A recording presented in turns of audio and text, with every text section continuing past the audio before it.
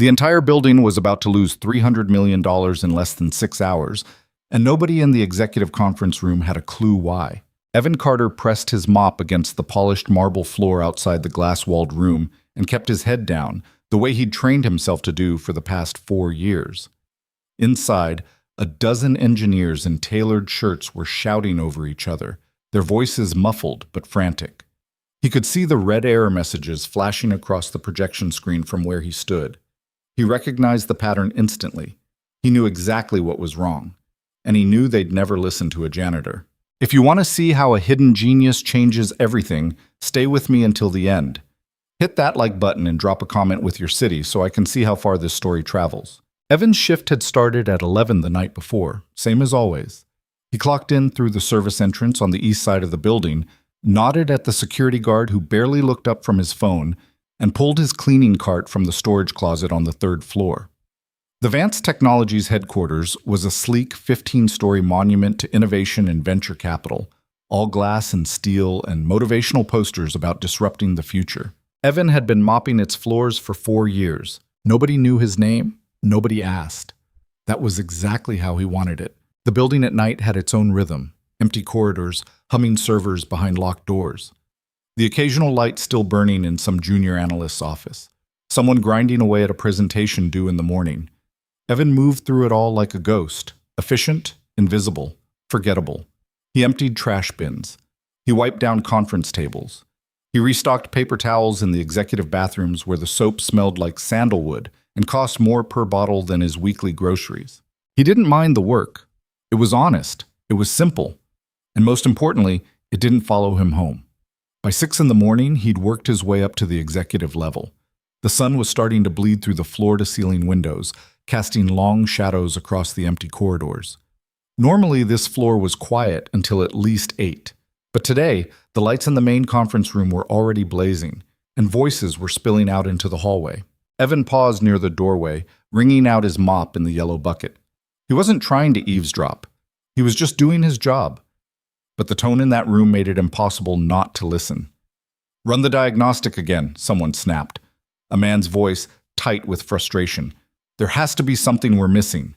"We've run it 6 times, Richard." That was a woman, younger, her voice strained but steady. "The output's identical. No anomalies in the core architecture.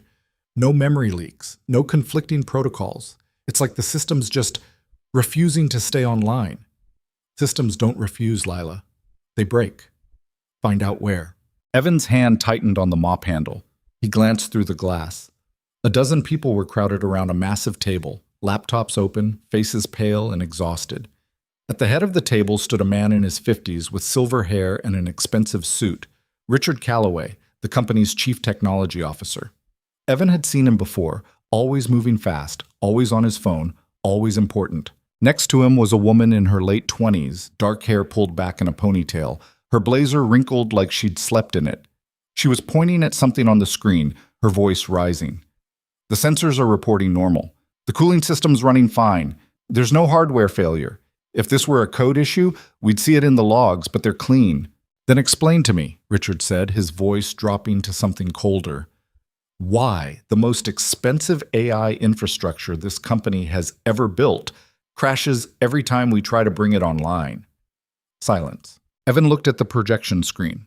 Even from the hallway, he could see the cascading red alerts, the system timestamp, the error codes flashing in rapid succession. His pulse quickened. He'd seen this before. Not here, not in this building, but in another life, in another place, when he used to solve problems like this before breakfast. He forced himself to look away. He dipped the mop back into the bucket and moved further down the hall, away from the glass, away from the voices. It wasn't his problem. It wasn't his world anymore. He had a son to pick up from his neighbor's house in 2 hours. That was all that mattered, but his brain wouldn't let it go. The error pattern was wrong. Not random. It was triggered. Something in the feedback loop. Thermal monitoring, maybe.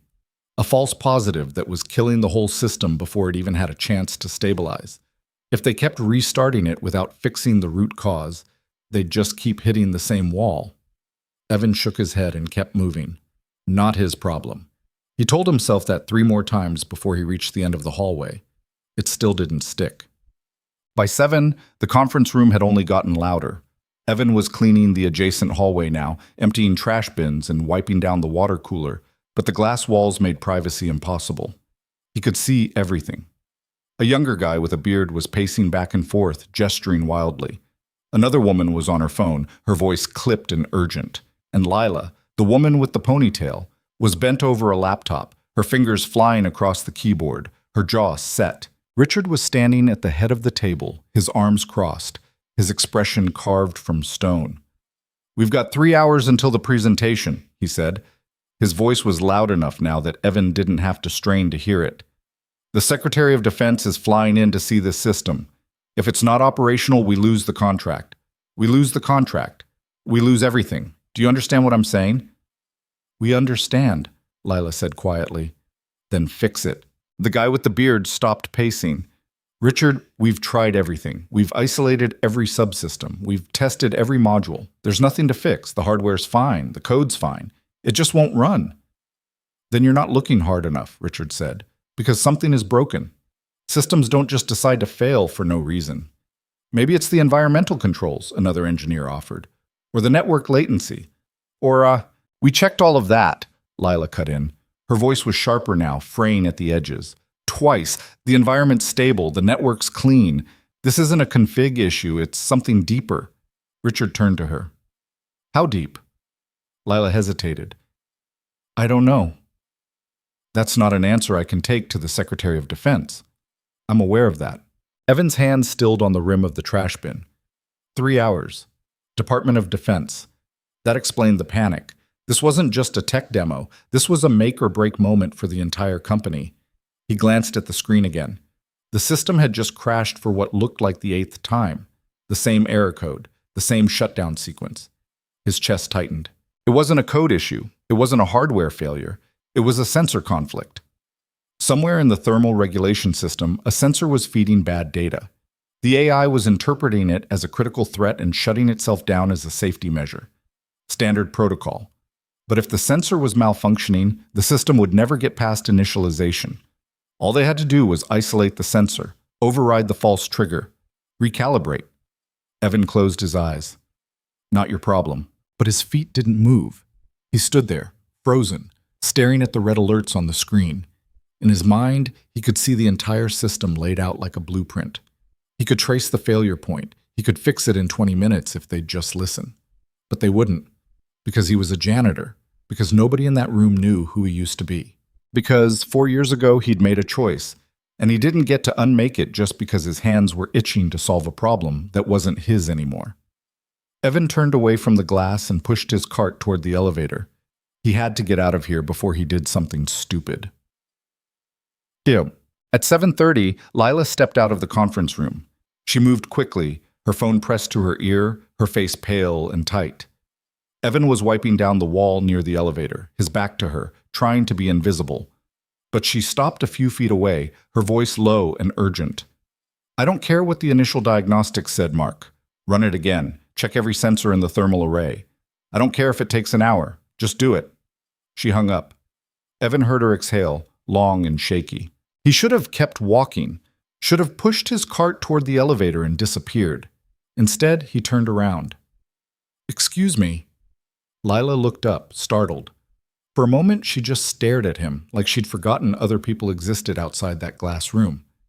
"Yeah?" Evan hesitated. His pulse was hammering. This was stupid. This was a mistake. But the words came out anyway. "I think your problem's in the feedback loop." Lila blinked. "What?" "The thermal feedback loop," Evan said, his voice quieter now, almost apologetic. "The system's crashing because it thinks there's a critical temperature spike. But there isn't. One of your sensors is feeding false data. The AI is doing exactly what it's supposed to do. It's protecting itself, but it's reacting to bad information." Lila stared at him. Her expression shifted from confusion to something sharper. "How do you—" "I used to work in systems engineering," Evan said quickly. "A long time ago. I saw the error codes. I recognized the pattern." For a long moment, she didn't say anything. She just looked at him, her eyes narrowing slightly, like she was trying to figure out if he was serious or if this was some kind of joke. Then she glanced back at the conference room, Then at him again. You're serious? Yeah. Which sensor? I don't know, Evan admitted. But if you isolate the thermal array and run a differential diagnostic, you'll see which one's out of range. It'll be subtle, maybe zero point 0.3 degrees off, but that's enough to trigger a shutdown if the tolerance is tight. Lila's eyes narrowed. 0.3 degrees? Yeah. She studied him for another second, her expression unreadable. Then she said, What's your name? Evan. Evan. She repeated it like she was filing it away. And you just noticed this from the hallway? I wasn't trying to. I just saw the screen. And you used to work in systems engineering. Yeah. Where? Evan hesitated. Different place, different life.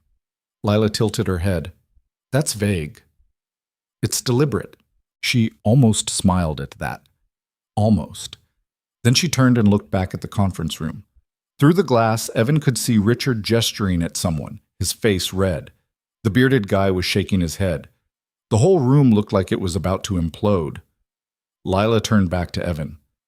If I bring this to them and you're wrong, I'm going to look like an idiot. I'm not wrong. You sound pretty confident for a guy mopping floors. Evan didn't flinch. I am. Lila studied him for another long moment. Then she nodded, just once, and turned back toward the conference room. Evan stood there, his heart pounding, feeling like an idiot. He grabbed his cart and headed for the elevator. He'd said his piece. If they listened, great. If they didn't, it wasn't his fault. Either way, he was done. The elevator doors opened. He stepped inside and pressed the button for the ground floor. Just as the doors started to close, he heard Lila's voice, sharp and clear. Richard, I need you to listen to me. Well, Evan didn't go home. He should have. His shift was over. Noah was waiting, but something kept him in the building. He told himself it was just curiosity, that he wanted to see if they'd actually check the sensors, that it didn't matter either way, but he stayed. He moved his cart to the ground floor atrium and started wiping down the lobby windows, slow and methodical, keeping one eye on the elevator bank. Around 8:15, he saw Lila step out, her phone in her hand, her expression unreadable. She walked past him without a glance, heading toward the main entrance. Evan's chest sank. They'd ignored him. Of course they had. But then, 10 minutes later, she came back. And this time, she wasn't alone. Richard Calloway was with her, along with two other engineers Evan didn't recognize. They were moving fast, talking in low, urgent voices. Lila was holding a tablet, scrolling through something, her face intense. Evan watched them disappear into the elevator. He waited. 20 minutes passed, then 30. At 9 o'clock, his phone buzzed. A text from his neighbor, Mrs. Keene. Noah's asking for you. Everything okay? Evan typed back quickly. On my way. Sorry. Be there in 15. He was just about to leave when the elevator doors opened again. This time, it was just Lila. She walked straight toward him. Evan straightened, his heart pounding again. You were right, Lila said. Her voice was flat, but there was something behind it. Relief. Maybe disbelief. Sensor B7 in the third thermal cluster. 0.28 degrees out of calibration. It was triggering a false critical alert every time the system tried to initialize. Evan let out a breath he didn't realize he'd been holding. You isolated it? We bypassed it, ran a manual override on the feedback loop and brought the system online. It's stable. She paused. We've got 40 minutes until the presentation. You just saved this company $300 million. Evan didn't know what to say. He just nodded. Lila tilted her head, studying him the way she had before. You said you used to work in systems engineering. Yeah. Where? Evan hesitated. Different place, different life. That's not an answer. It's the only one I've got. Lila's eyes didn't leave his face. For a moment, he thought she was going to push, but instead she just nodded slowly. Well, thanks, seriously. No problem. She started to turn away. Then she stopped. What's your name again? Evan. Lila. She held out her hand. Evan shook it. Her grip was firm. If you ever want to talk, Lila said, about systems engineering or anything else, I'm on the 7th floor. Just ask for me. I'll keep that in mind. She gave him a small, tired smile. Then she turned and walked back toward the elevator. Evan watched her go. Then he grabbed his cart and headed for the exit. His hands were still shaking. Mrs. Keene lived 3 blocks away in a narrow brick townhouse that smelled like cinnamon and old books. She was in her 70s, with silver hair and reading glasses that hung on a chain around her neck. She'd been watching Noah before and after Evan's night shifts for the past 2 years, and she never asked questions. Evan appreciated that more than she knew. When he knocked on her door, she opened it with a knowing look. "Rough night?" she asked. Something like that. Noah came barreling out of the living room, his backpack bouncing on his shoulders. He was 6 years old, all energy and messy brown hair, and a gap-toothed grin that made Evan's chest ache every time he saw it. "Dad!" Noah crashed into him, wrapping his arms around Evan's waist. Evan ruffled his hair. "Hey buddy, you ready to go? Can we get pancakes?" "Yeah, we can get pancakes." Mrs. Keene handed Evan Noah's lunchbox. "He's already had breakfast, but you know how he is." "I do." Evan smiled. "Thanks, Mrs. Keene." "Any time, dear." They walked home together, Noah chattering the entire way about a drawing he'd made in school and a kid named Tyler who could do a handstand for 10 whole seconds. Evan listened, nodding in the right places, letting his son's voice wash over him like a reset button. By the time they got back to their apartment, a small 2-bedroom on the 4th floor of a building that had seen better days, Evan was exhausted. The living room was cluttered with Noah's toys. The kitchen sink had dishes from 2 days ago. The carpet had a stain that Evan kept meaning to clean but never got around to. It wasn't much, but it was theirs. Evan made Noah a second breakfast anyway, because that's what you did. Scrambled eggs this time, with toast and orange juice.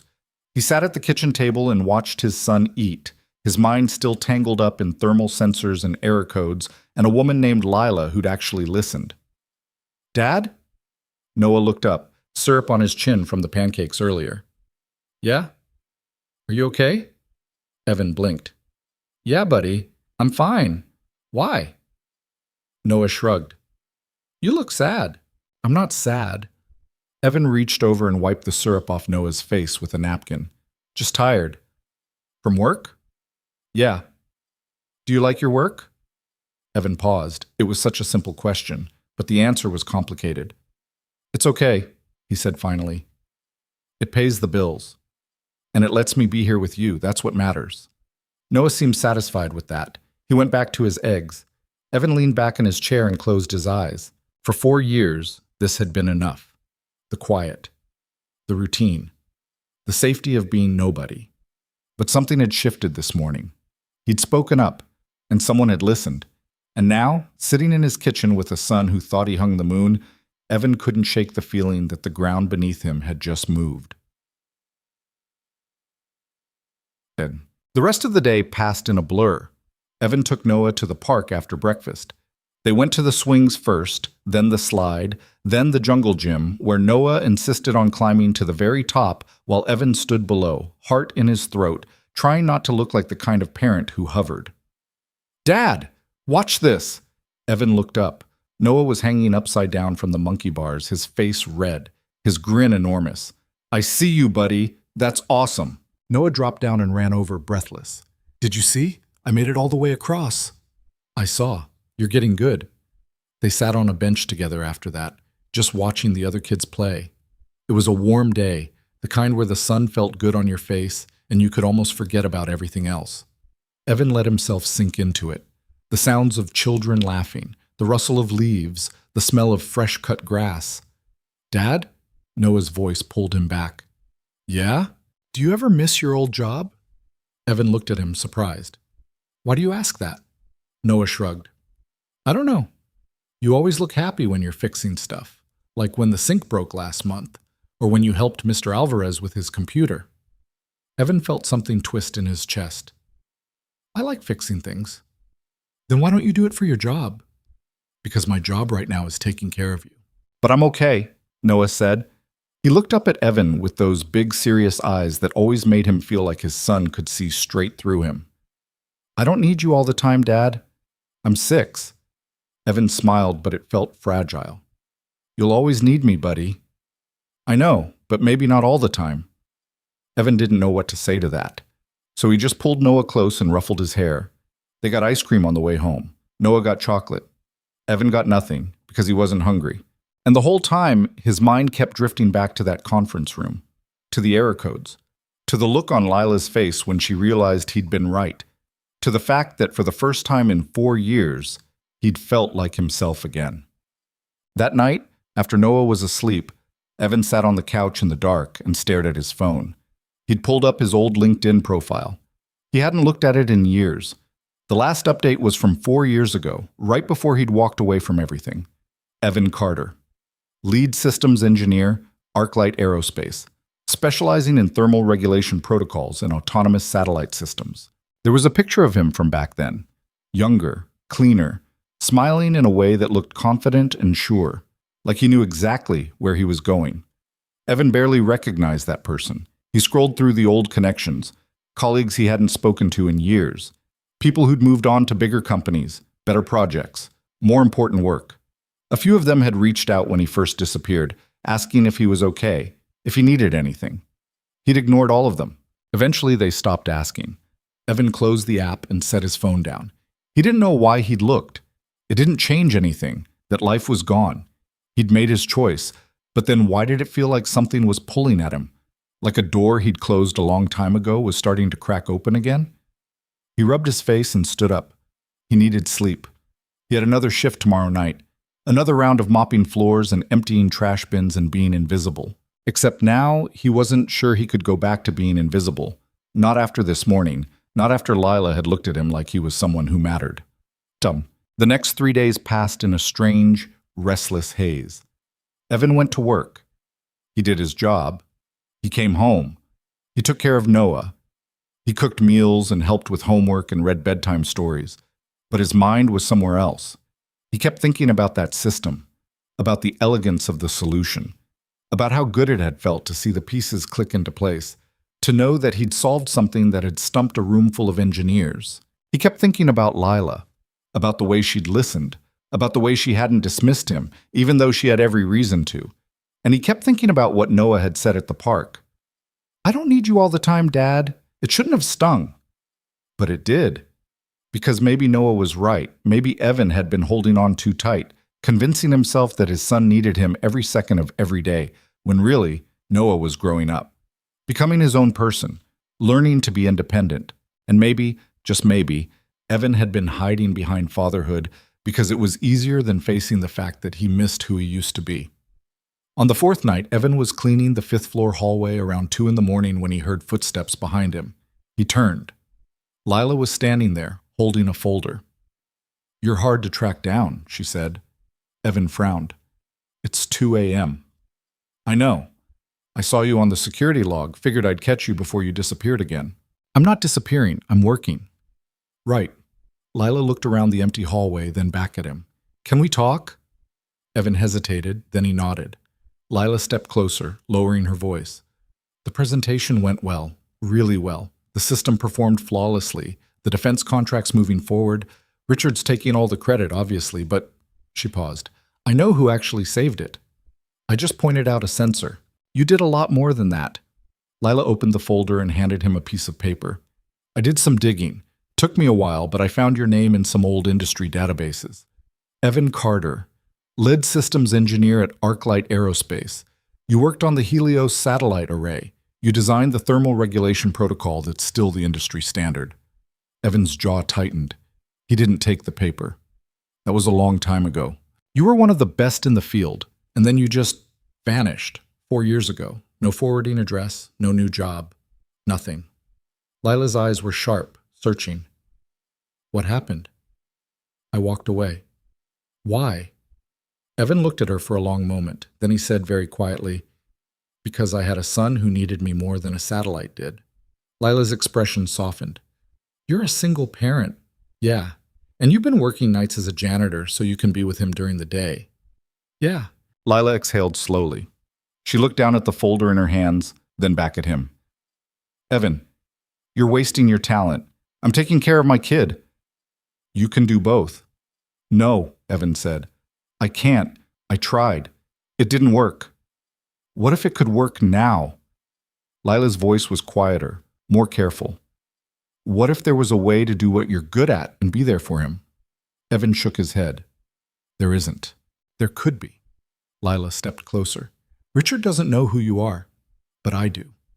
And I think you could help us. Not just with one crisis, with everything. We're building something big here, Evan, and we need people who actually understand what they're doing. I appreciate the offer, Evan said, but I'm not interested. Why not? Because I already made this choice once, and I'm not going back. Even if it means you get to use your brain again, even if it means you get to do work that actually matters. My son matters, Evan said, his voice harder now. That's all that matters. Lila held his gaze for a long moment. Then she nodded slowly and tucked the folder under her arm. Okay, but if you change your mind... She pulled a business card from her pocket and held it out. Evan didn't take it. Lila set it on the edge of his cleaning cart. Just in case. She turned and walked back toward the elevator. Evan stood there, staring at the card. He should throw it away. He should forget this conversation ever happened. But he didn't. He picked up the card, slipped it into his pocket,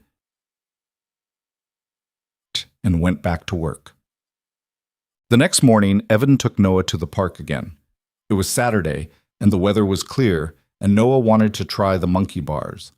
Evan sat on a bench nearby, watching his son climb and swing and laugh, his small hands gripping the metal bars with fierce determination. His phone buzzed, a text from an unknown number. Hey, it's Lila. Got your number from HR. Don't freak out. Just wanted to say the offer's still open. No pressure. Think about it. Evan stared at the screen. Then he typed back, How'd you get my number from HR? The reply came 30 seconds later. I'm very persuasive. Despite himself, Evan smiled. He looked up. Noah was hanging upside down again, his face red, his grin enormous. Dad, watch. I'm watching, buddy. Noah dropped down and ran over, breathless. Did you see? I saw. Noah climbed onto the bench next to him, swinging his legs. Can we get ice cream after? Sure. They sat there in silence for a while. Evan's phone buzzed again. Another text from Lila. Just to be clear, I'm not trying to guilt you or anything. I just think you're better than mopping floors, and I think you know it too. Evan read it twice. Then he put his phone away. Dad? Noah's voice was small. Yeah? If you wanted to do something else for work, I'd be okay with it. Evan looked at him. What? I heard you talking to Mrs. Keene the other day about your old job. She said you used to build spaceships or something. Satellites, Evan corrected, not spaceships. That's so cool. Noah's eyes were bright. Why'd you stop? Because when you were born, your mom got sick, and I needed to be there. For both of you. Noah's expression shifted, something sad and serious crossing his face. He didn't talk about his mom much. Evan didn't either. It hurt too much. But she's gone now, Noah said quietly. And I'm okay, so maybe you could go back. Evan's throat tightened. It's not that simple, buddy. Why not? Because I don't want to miss anything. I don't want to be the kind of dad who's always at work and never around. Noah looked at him for a long moment. Then he said, You're always around, Dad. Sometimes too much. Evan blinked. Too much? Yeah, like, I love you. But also, sometimes I want to just hang out with my friends without you watching me the whole time. Evan didn't know whether to laugh or cry. You're 6. I know, but I'm not a baby. I know you're not. Then maybe you should do the thing that makes you happy, because I want you to be happy. Evan pulled Noah close, his chest aching. You make me happy, buddy. I know, but you should have other stuff too. Evan didn't say anything. He just held his son and tried not to think about how fast he was growing up. On Monday, Evan went back to work. He told himself he wasn't going to do anything, that he'd just keep his head down, finish his shift, and go home like always. But at 6 in the morning, when he saw Lila step out of the elevator with a coffee in her hand and exhaustion written all over her face, something in him cracked. He stopped mopping. Lila. She looked up, surprised. Evan. Hey. Can I ask you something? Of course. Evan set the mop against the wall. His heart was pounding, but his voice was steady. If I came back, if I actually did this, what would it look like? Lila's expression shifted. Hope, maybe. or relief. Whatever you need it to look like. I can't work nights. I need to be home for my son. We can do days or flexible hours, whatever works. And if he gets sick or if his school calls, I need to be able to leave. Done. I'm serious, Lila. He comes first, always. I get it, Lila said. And I'm not asking you to choose between him and this. I'm asking you to do both, because I think you can. Evan looked at her. She meant it. He could see it in her eyes. Okay, he said quietly. Lila blinked. Okay? Yeah, okay. Let's try. A slow smile spread across her face. Really? Really? Okay. She let out a breath like she'd been holding it for days. Okay. I'll talk to Richard. We'll set something up, this week, if possible. All right. Lila reached out and squeezed his arm. You're making the right call, Evan. I hope so, she grinned. Trust me, you are. Some. 2 days later, Evan walked into Richard Calloway's office wearing the one button-down shirt he owned that didn't have a coffee stain on it. Richard looked up from his desk, his expression unreadable. Evan Carter. That's me? Lila says you're the one who identified the sensor failure. I made a suggestion. Your team did the work. Richard leaned back in his chair, studying him. She also says you used to work at ArcLight on the Helios project. I did. Why'd you leave? Evan met his gaze. Personal reasons. And now you're ready to come back? On my terms. Richard raised an eyebrow. Which are? Flexible hours. I need to be able to pick up my son from school. If he needs me, I leave. No exceptions. Richard didn't answer right away. He just looked at Evan, his fingers drumming on the desk. Then he said, You know what we're building here? I have an idea. We're designing the next generation of autonomous defense systems. AI-driven, adaptive, deployable in any environment. It's the most important project this company's ever touched, and it's the hardest. Richard paused. I need people who can handle that, who won't bail when it gets complicated. I won't bail, Evan said, but I also won't sacrifice my kid for a deadline. Sorry. Richard studied him for another long moment. Then he nodded. Fair enough, you've got the job. Senior Systems Engineer, report to Lila. Start Monday. Evan blinked. That's it? That's it. Richard stood and held out his hand. Welcome back, Evan. Evan shook it. As he left the office, his hands were shaking. He pulled out his phone and texted Lila. I just met with Richard. Her reply came instantly. And? I start Monday. Yes. I knew it. This is going to be amazing, Evan. Evan smiled despite himself. Then he texted Mrs. Keene. Can you do afternoons instead of mornings starting next week? New job. Her response was immediate. Of course, dear. Proud of you. Then he called Noah's school and updated his emergency contact information, changed his hours, made sure they knew he'd be the one picking Noah up every day at 3. And then he sat in his car in the parking garage and just breathed. He just walked back into the world he'd sworn he'd never return to. But this time he wasn't doing it alone. He was doing it for Noah. And maybe, just maybe, for himself. Monday morning arrived faster than Evan expected.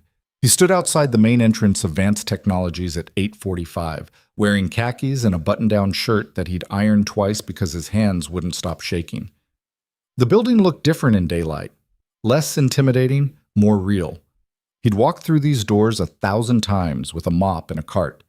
Now he was walking through them as someone else entirely. Or maybe as someone he used to be.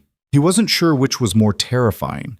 The lobby was crowded with people in suits and blazers, all moving with purpose, all carrying laptops and coffee cups, and the kind of confidence that came from knowing exactly where they belonged.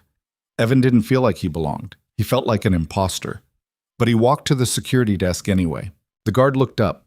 It was the same guy who'd nodded at him every night for 4 years without ever asking his name. Now the guy squinted at him like he was trying to place a face he'd seen somewhere before. I'm here for onboarding, Evan said. Evan Carter. I'm starting today. The guard checked his computer, then handed Evan a visitor badge. 7th floor, HR will get you set up. Thanks. Evan clipped the badge to his shirt and headed for the elevator. His heart was pounding so hard he could hear it in his ears. The elevator doors opened on the 7th floor, and Lila was waiting. She was leaning against the wall near the reception desk, arms crossed, a small smile on her face. "You actually showed up." "You sound surprised." "A little." She pushed off the wall and walked over. "I wasn't sure you'd go through with it." "Neither was I." Lila laughed. "Honest, I like that." She gestured toward the hallway. "Come on, let me show you around before HR buries you in paperwork." They walked through a maze of open-plan workstations, glass-walled conference rooms, and whiteboards covered in diagrams that Evan recognized instantly. Thermal systems, feedback loops, AI decision trees. It was like walking into a language he'd forgotten he spoke. "This is the main engineering floor," Lila said.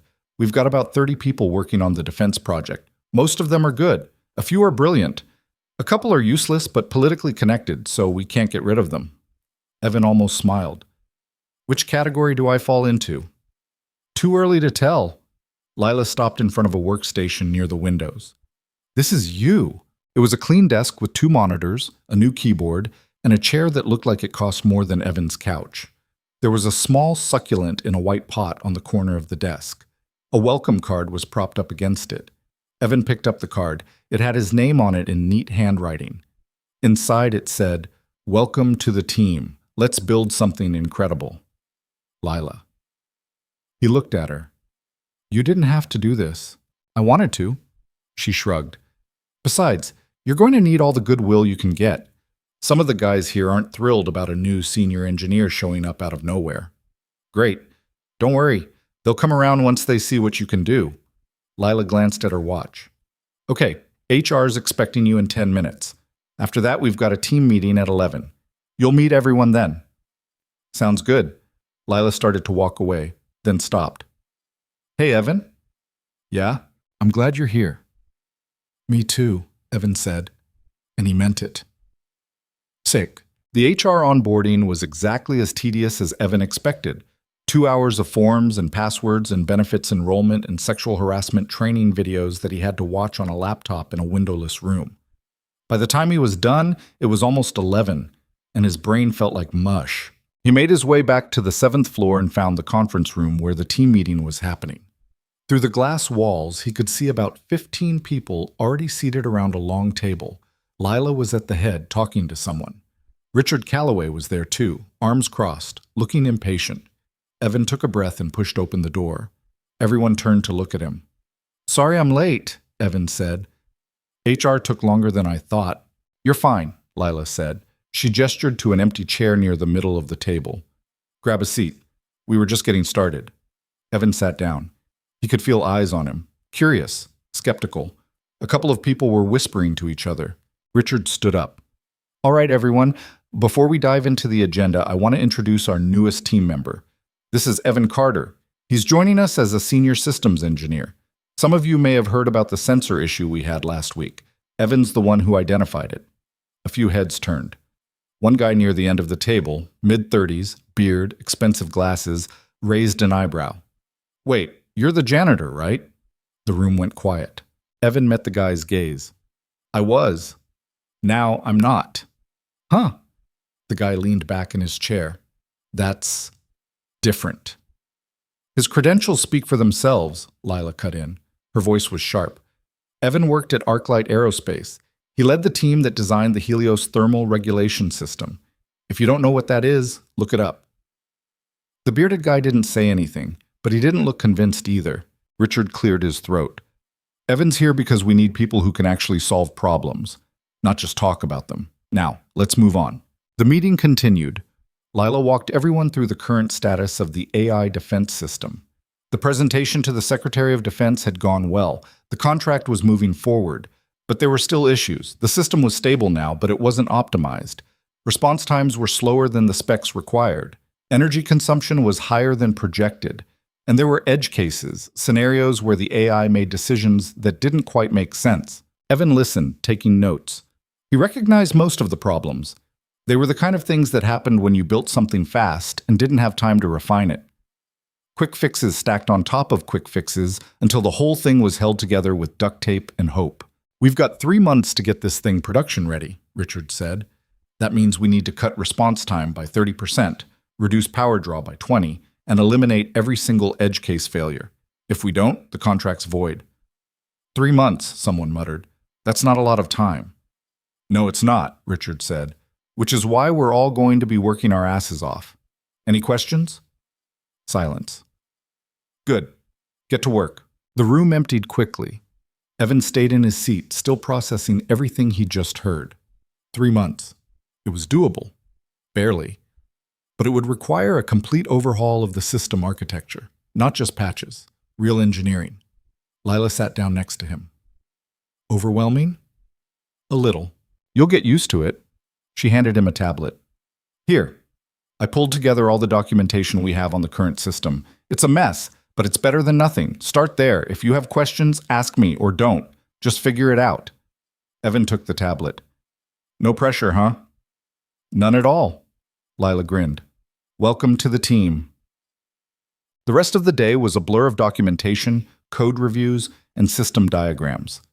Evan sat at his new desk, headphones on, diving into the architecture of the AI defense system like he was dissecting a living thing. It was messy, complicated, beautiful in some places, horrifying in others. Whoever had built this had been in a hurry. That much was obvious. There were entire modules that looked like they'd been copied from other projects and shoved in without proper integration. The thermal management system was a patchwork of redundant sensors and outdated protocols. The decision-making algorithms were solid, but they were wrapped in so many layers of safety checks that the whole thing ran like it was underwater. Evan made notes. Lots of notes. By the time 3 o'clock rolled around, he had a list of 37 things that needed to be fixed, rewritten, or completely torn out and rebuilt. His phone buzzed. A reminder. Pick up Noah. Evan saved his work, grabbed his jacket, and headed for the elevator. On his way out, he passed the bearded guy from the meeting. The guy looked up from his laptop. Leaving already? He asked. I've got to pick up my son from school. The guy smirked. Must be nice. Evan stopped. What's that supposed to mean? Nothing. Just that the rest of us don't get to leave at 3 every day. I'm not leaving early, Evan said. I'm working flexible hours. It was part of my deal. Right, your deal. The guy turned back to his laptop. Good for you. Evan felt his jaw tighten. He wanted to say something, to push back, but he didn't. He just walked away. By the time he got to his car, he was fuming. Well, Noah's school was a 15-minute drive from the office. Evan pulled into the parking lot at 3:20, just as the bell rang. Kids started pouring out of the building, backpacks bouncing, voices loud and chaotic. Evan spotted Noah near the front steps, talking to another kid. When Noah saw him, his face lit up. Dad! Evan waved. Noah said goodbye to his friend and ran over, throwing himself into the passenger seat. How was your first day? Noah asked, buckling his seatbelt. It was good. Different.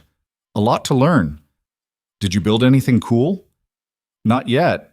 Mostly just reading today. That sounds boring. It kind of was. Noah grinned. But you're happy, right? Evan glanced at him.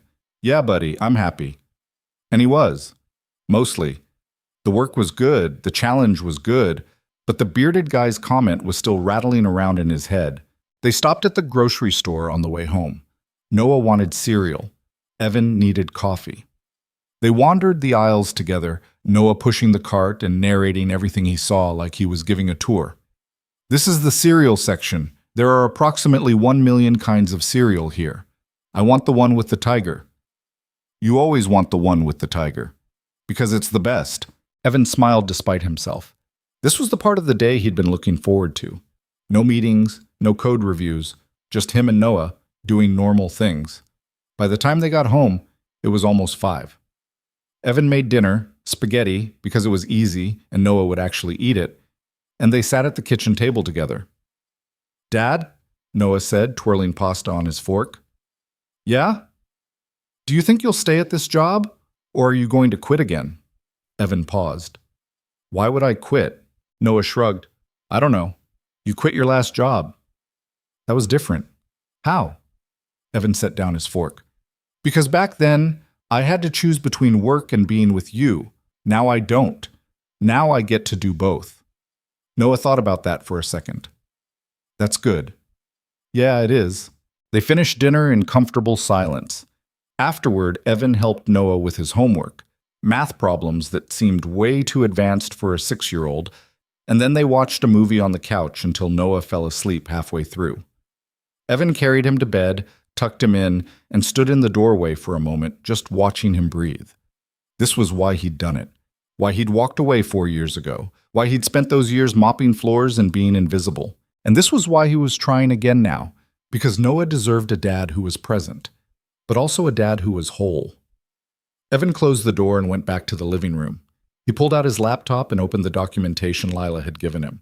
He worked until midnight, making notes, sketching out ideas, trying to figure out how to turn this broken, beautiful mess of a system into something that actually worked. By the time he went to bed, his eyes were burning and his brain was fried. But he felt more alive than he had in years. The next morning, Evan was back at his desk by 8:30. He dropped Noah off at school and stopped for coffee on the way in. The office was quieter than it had been the day before. Most people didn't show up until 9. Evan liked the quiet. It gave him time to think. He pulled up the system architecture and started making changes. Small ones at first, cleaning up redundant code, streamlining the sensor protocols. It was tedious work, but it was satisfying, like untangling a knot. Around 10, Lila showed up with 2 cups of coffee. "Thought you could use this," she said, setting one on his desk. "You're a lifesaver." Lila pulled up a chair and sat down. "So, what do you think, now that you've had a day to look at everything?" Evan leaned back.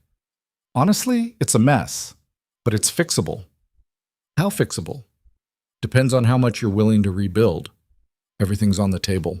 Evan nodded. "Then yeah, it's fixable, but it's going to take time, and it's going to require tearing out a lot of what's already there." Lila sipped her coffee. "Richard's not going to like that." "Richard doesn't have to like it. He just has to trust that it's the right move." "And you think it is?" "I know it is." Lila studied him for a moment. Then she smiled. "Okay, I believe you. Show me what you've got." Evan turned his monitor toward her and walked her through his notes. He explained the issues with the thermal system, the bottlenecks in the decision-making algorithms, the places where the code was duplicated or outdated or just plain wrong. Lila listened, nodding occasionally, asking questions that showed she actually understood what he was talking about. By the time he was done, she was grinning. "This is good, Evan. Really good. Can you put together a presentation? Show the team what you're thinking." "Yeah, I can do that." "Good. We've got a meeting on Thursday. Present then." Evan's stomach dropped. "Thursday? That's 2 days away." "You can handle it." Lila stood up. "Trust me. You've got this." She walked away before Evan could argue. He stared at his screen, his heart pounding. 2 days to put together a presentation that could make or break his credibility with this team. No pressure. The next 2 days were chaos. Evan worked late every night, building slides, running simulations, testing his theories to make sure they actually held up. He picked Noah up from school every day at 3, helped with homework, made dinner, did the bedtime routine. Then, after Noah was asleep, he went back to work. By Wednesday night, he had a presentation that he thought was solid. 30 slides, clear diagrams, data to back up every claim. He just hoped it was enough. Thursday morning, Evan was so nervous he could barely eat breakfast. Noah noticed. "Are you okay, Dad?" "Yeah, buddy, just got a big meeting today." "Are you going to be good at it?" Evan smiled. "I hope so." "You will be," Noah said, like it was the simplest thing in the world. Evan wished he had that kind of confidence. The meeting was at 11. Evan showed up 10 minutes early, his laptop under his arm, his palms sweating. The conference room was already filling up. Richard was there. Lila. The bearded guy, whose name Evan had learned was Derek. A dozen other engineers. Lila caught his eye and gave him a thumbs up. Richard stood up. "All right, everyone, Evan's been digging into the system architecture for the past few days. He's got some thoughts on how we can optimize performance and hit our targets. Evan, the floor's yours." Evan stood up. His heart was hammering. He connected his laptop to the projector and pulled up the first slide. "Thanks, Richard." Evan looked around the room. "So, I've spent the last few days analyzing the current system. And the good news is, it works. The bad news is, it's inefficient. We're using outdated protocols, redundant sensors, and decision-making algorithms that are wrapped in so many safety checks that they can't respond fast enough. He clicked to the next slide. A diagram of the thermal system. This is our thermal management setup. Right now, we've got 12 sensors feeding data into the AI, but 6 of them are redundant. They're not adding any value. They're just creating noise. If we cut those 6 and recalibrate the remaining sensors, we can reduce processing overhead by 15%. Derek leaned forward. You want to cut half our sensors? The redundant half, yeah. And if one of the remaining sensors fails, we build in a fail-safe, a backup protocol that kicks in if any sensor goes offline. It's cleaner, faster, more reliable. Derek didn't look convinced, but he didn't argue. Evan kept going. He walked them through the decision-making algorithms, the energy consumption issues, the edge cases. For every problem, he had a solution. And for every solution, he had data. By the time he got to the last slide, the room was quiet. Richard leaned back in his chair. How long would this take to implement? 4 weeks? Maybe 5. And you're confident it'll work? I'm confident. Richard looked around the room. Anyone have objections? Silence. Then Derek spoke up. I've got a question. Evan braced himself. Shoot. Where were you 4 years ago when we were building this thing? Evan blinked. What? Because if you'd been here then, we wouldn't be in this mess now. It took Evan a second to realize Derek wasn't being sarcastic. He was being sincere. I wasn't available 4 years ago, Evan said quietly. Well, you're here now. Derek nodded. And this plan's solid. I'm in. One by one, the rest of the team nodded. Richard stood up. All right. Evan, you've got the green light. Start implementation next week. Lila, you'll coordinate with him. Everyone else, support where you can. Let's get this done. The meeting ended. People filed out, a few of them stopping to shake Evan's hand or clap him on the shoulder. Lila was the last one left. She was grinning. I told you, she said. Told me what? That you've got this. Evan let out a breath he didn't realize he'd been holding. That was terrifying. But you killed it. I don't know about that. I do. Lila grabbed her laptop. Come on, let's celebrate. I'm buying you lunch. They went to a sandwich place 2 blocks from the office. It was crowded and loud, but the food was good. Evan ordered a turkey club. Lila got a salad that she immediately started picking the croutons out of. So, Lila said, stabbing a piece of lettuce with her fork. How does it feel, being back in the game? Weird, Evan admitted. Good weird, but still weird. You miss the mop? Evan laughed. Not even a little. Good, because you're way too smart to be mopping floors. I wasn't too smart. I was just doing what I needed to do. Lila looked at him. For your son. Yeah. You talk about him a lot. He's my whole world. What's his name? Noah. How old? 6. That's a good age, Lila smiled. My niece is 6. She's obsessed with dinosaurs. Noah's obsessed with space, wants to be an astronaut. Does he know what you do? Sort of. I told him I build systems for satellites. He thinks that's cool. It is cool. Evan took a bite of his sandwich. What about you? Any kids? Me? No, I'm married to my job, Lila smirked, which is depressing when I say it out loud. You're young. You've got time. I'm 28. In tech years, that's basically ancient. Evan laughed. You're not ancient. Tell that to the 22-year-old interns who keep showing up with better ideas than mine. If their ideas were better, you wouldn't be running the project, Lila grinned. Fair point. They ate in comfortable silence for a while. Then Lila said, Can I ask you something? Sure. Why'd you really leave ArcLight? Evan set down his sandwich. I told you, my son needed me. I know, but there's more to it than that, isn't there? Evan looked at her. He could deflect, change the subject. But Lila had been honest with him. She deserved the same.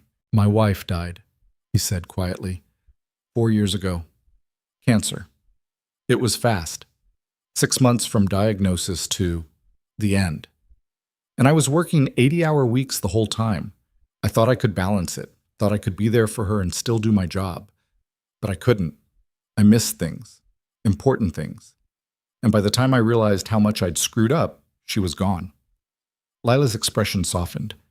Evan? After she died, I looked at Noah and I realized he was all I had left. And I wasn't going to make the same mistake twice, so I walked away. Found a job that didn't follow me home, and I've been doing that ever since. Until now. Until now. Lila was quiet for a moment. Then she said, I'm sorry. About your wife. Thanks. But for what it's worth, I think you made the right call. Coming back. Yeah? Yeah, because Noah needs a dad who's present, but he also needs a dad who's happy. And you weren't happy mopping floors. Evan smiled.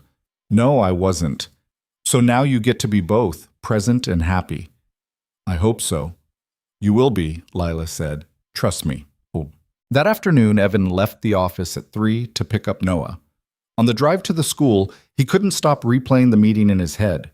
The presentation had gone well. Better than well. The team was on board. Richard was on board. For the first time in 4 years, Evan felt like he was exactly where he was supposed to be. Noah was waiting for him outside the school, backpack slung over one shoulder. He climbed into the car and immediately started talking about his day. We did art today. I made a spaceship. Mrs. Palmer said it was really good. Can we go to the library? I want to get a book about rockets. Sure, buddy. We can do that. They stopped at the library on the way home. Noah picked out 3 books, 2 about space and 1 about sharks, because apparently he was interested in sharks now too. Evan checked them out and they drove home. That night, after dinner, Noah sat at the kitchen table with one of the space books open in front of him. Dad, he said, looking up. Yeah? Do you think I could really be an astronaut? Evan sat down next to him. I think you can be anything you want to be. Even if it's hard? Especially if it's hard. Noah smiled. Like you.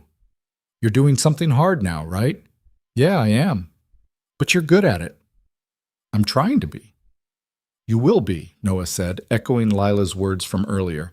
Because you're my dad. And my dad's the smartest person I know. Evan's chest tightened. He pulled Noah into a hug. I love you, buddy. I love you too. They sat there for a while, just the two of them, surrounded by books and the quiet hum of the refrigerator. And for the first time in a long time, Evan felt like everything was going to be okay. He had his son. He had his work. He had a team that believed in him. And maybe, just maybe, he had a future that looked brighter than the past he'd left behind. The next 4 weeks moved faster than Evan thought possible. He threw himself into the work with an intensity that surprised even him. Every morning, he dropped Noah off at school, grabbed coffee, and was at his desk by 8:30. He worked straight through lunch most days, headphones on, fingers flying across the keyboard as he tore apart the old system and rebuilt it piece by piece. The thermal sensors were the first to go. Evan stripped out the redundant ones, recalibrated the remaining 6, and wrote a new fail-safe protocol that was so elegant it made Derek actually whistle when he saw it. That's clean, Derek said, leaning over Evan's shoulder one afternoon. Really clean. Thanks. You make it look easy. Evan didn't look up from his screen. It's not. I know, that's what makes it impressive. Derek walked away, and Evan allowed himself a small smile.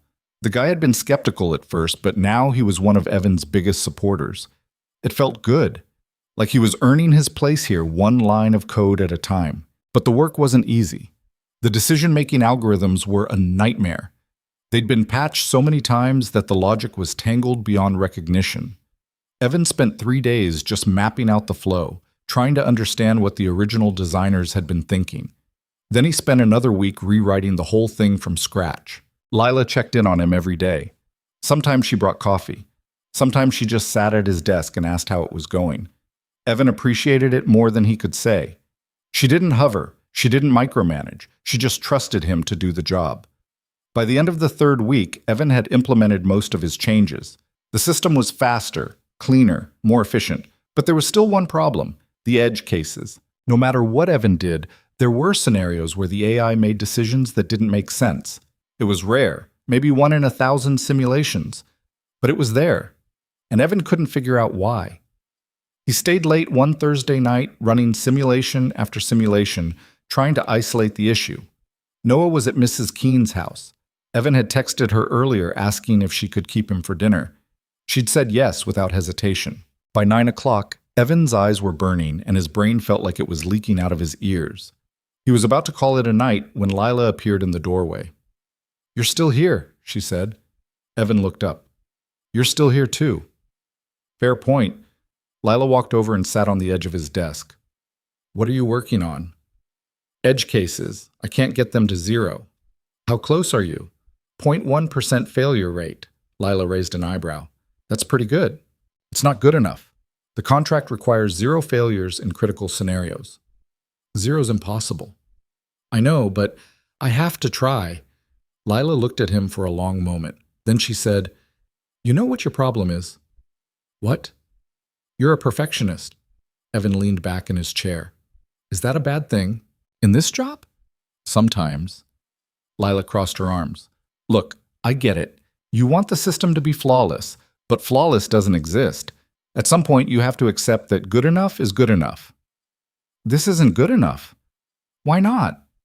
"Because people's lives could depend on this system. If it fails in the field, people could die." Lila's expression softened. "Evan, you can't carry that weight by yourself." "I'm not. I'm just doing my job. Your job is to make the system as good as it can be, not to make it perfect." Evan didn't answer. He just stared at his screen, at the red failure markers scattered across the simulation results. Lila stood up. "Go home. Get some sleep. You'll figure it out tomorrow." "I can't. I'm too close." "You're too tired, and tired engineers make mistakes." She grabbed his jacket from the back of his chair and tossed it to him. "Go. That's an order." Evan caught the jacket. He wanted to argue, but Lila was right. He was exhausted, and he wasn't going to solve this tonight. "Fine," he said, "but I'm coming in early tomorrow." "I wouldn't expect anything less." But Evan picked up Noah from Mrs. Keene's house at 9:30. Noah was already in his pajamas, half asleep on her couch. "Long day?" Mrs. Keene asked. "Yeah. Sorry for the late pickup." "Don't apologize, dear. I'm happy to help." Evan carried Noah to the car and drove home. By the time they got there, Noah was fully asleep. Evan carried him upstairs, tucked him into bed, and stood in the doorway for a moment, watching him breathe. He thought about what Lila had said, about carrying weight, about perfection. She was right, of course, but that didn't make it easier. Evan went to his own room, set his alarm for 5 a.m., and collapsed into bed. The next morning, Evan was at his desk by 6. The office was empty. Quiet, just the way he liked it. He pulled up the edge case simulations and started digging. He ran the same scenarios over and over, tweaking variables, adjusting parameters, looking for patterns. By 8, he'd found something. It wasn't the algorithms, it was the data inputs. In rare scenarios, when multiple sensors reported conflicting information, the AI couldn't decide which data source to trust, so it defaulted to the safest option, which, in some cases, was the wrong option. Evan started writing a new prioritization protocol, a way for the AI to weigh the reliability of each sensor based on historical accuracy. It wasn't perfect, but it was better. He was halfway through the code when Derek showed up with 2 cups of coffee. "You're here early," Derek said, setting 1 cup on Evan's desk. "Couldn't sleep." "Edge cases?" "Yeah." Derek pulled up a chair. "Show me what you've got." Evan walked him through the prioritization protocol. Derek listened, nodding occasionally, asking questions that showed he understood exactly what Evan was trying to do. "This could work," Derek said, "but you're going to need to train the AI on a bigger data set. Otherwise, the reliability weights won't be accurate." "I know, that's the problem. We don't have a bigger data set." "Then we make one." Derek grinned. "I've got some old simulation data from a project I worked on 2 years ago. It's not identical, but it's close enough. I can adapt it." Evan stared at him. "Seriously?" "Yeah, I mean, if you want my help." "I do, absolutely." "Cool." Derek stood up. "Let me grab my laptop. We'll knock this out today." They worked together for the next 6 hours. Derek pulled data. Evan wrote code. They tested. They argued. They tested again. By 2 in the afternoon, they had a working prototype. Evan ran the edge case simulations one more time. 0 failures. He stared at the screen, hardly believing it. "Did we just—" Derek leaned over, looking at the results. "Yeah, we did." Derek let out a whoop and clapped Evan on the back. That's what I'm talking about. We crushed it.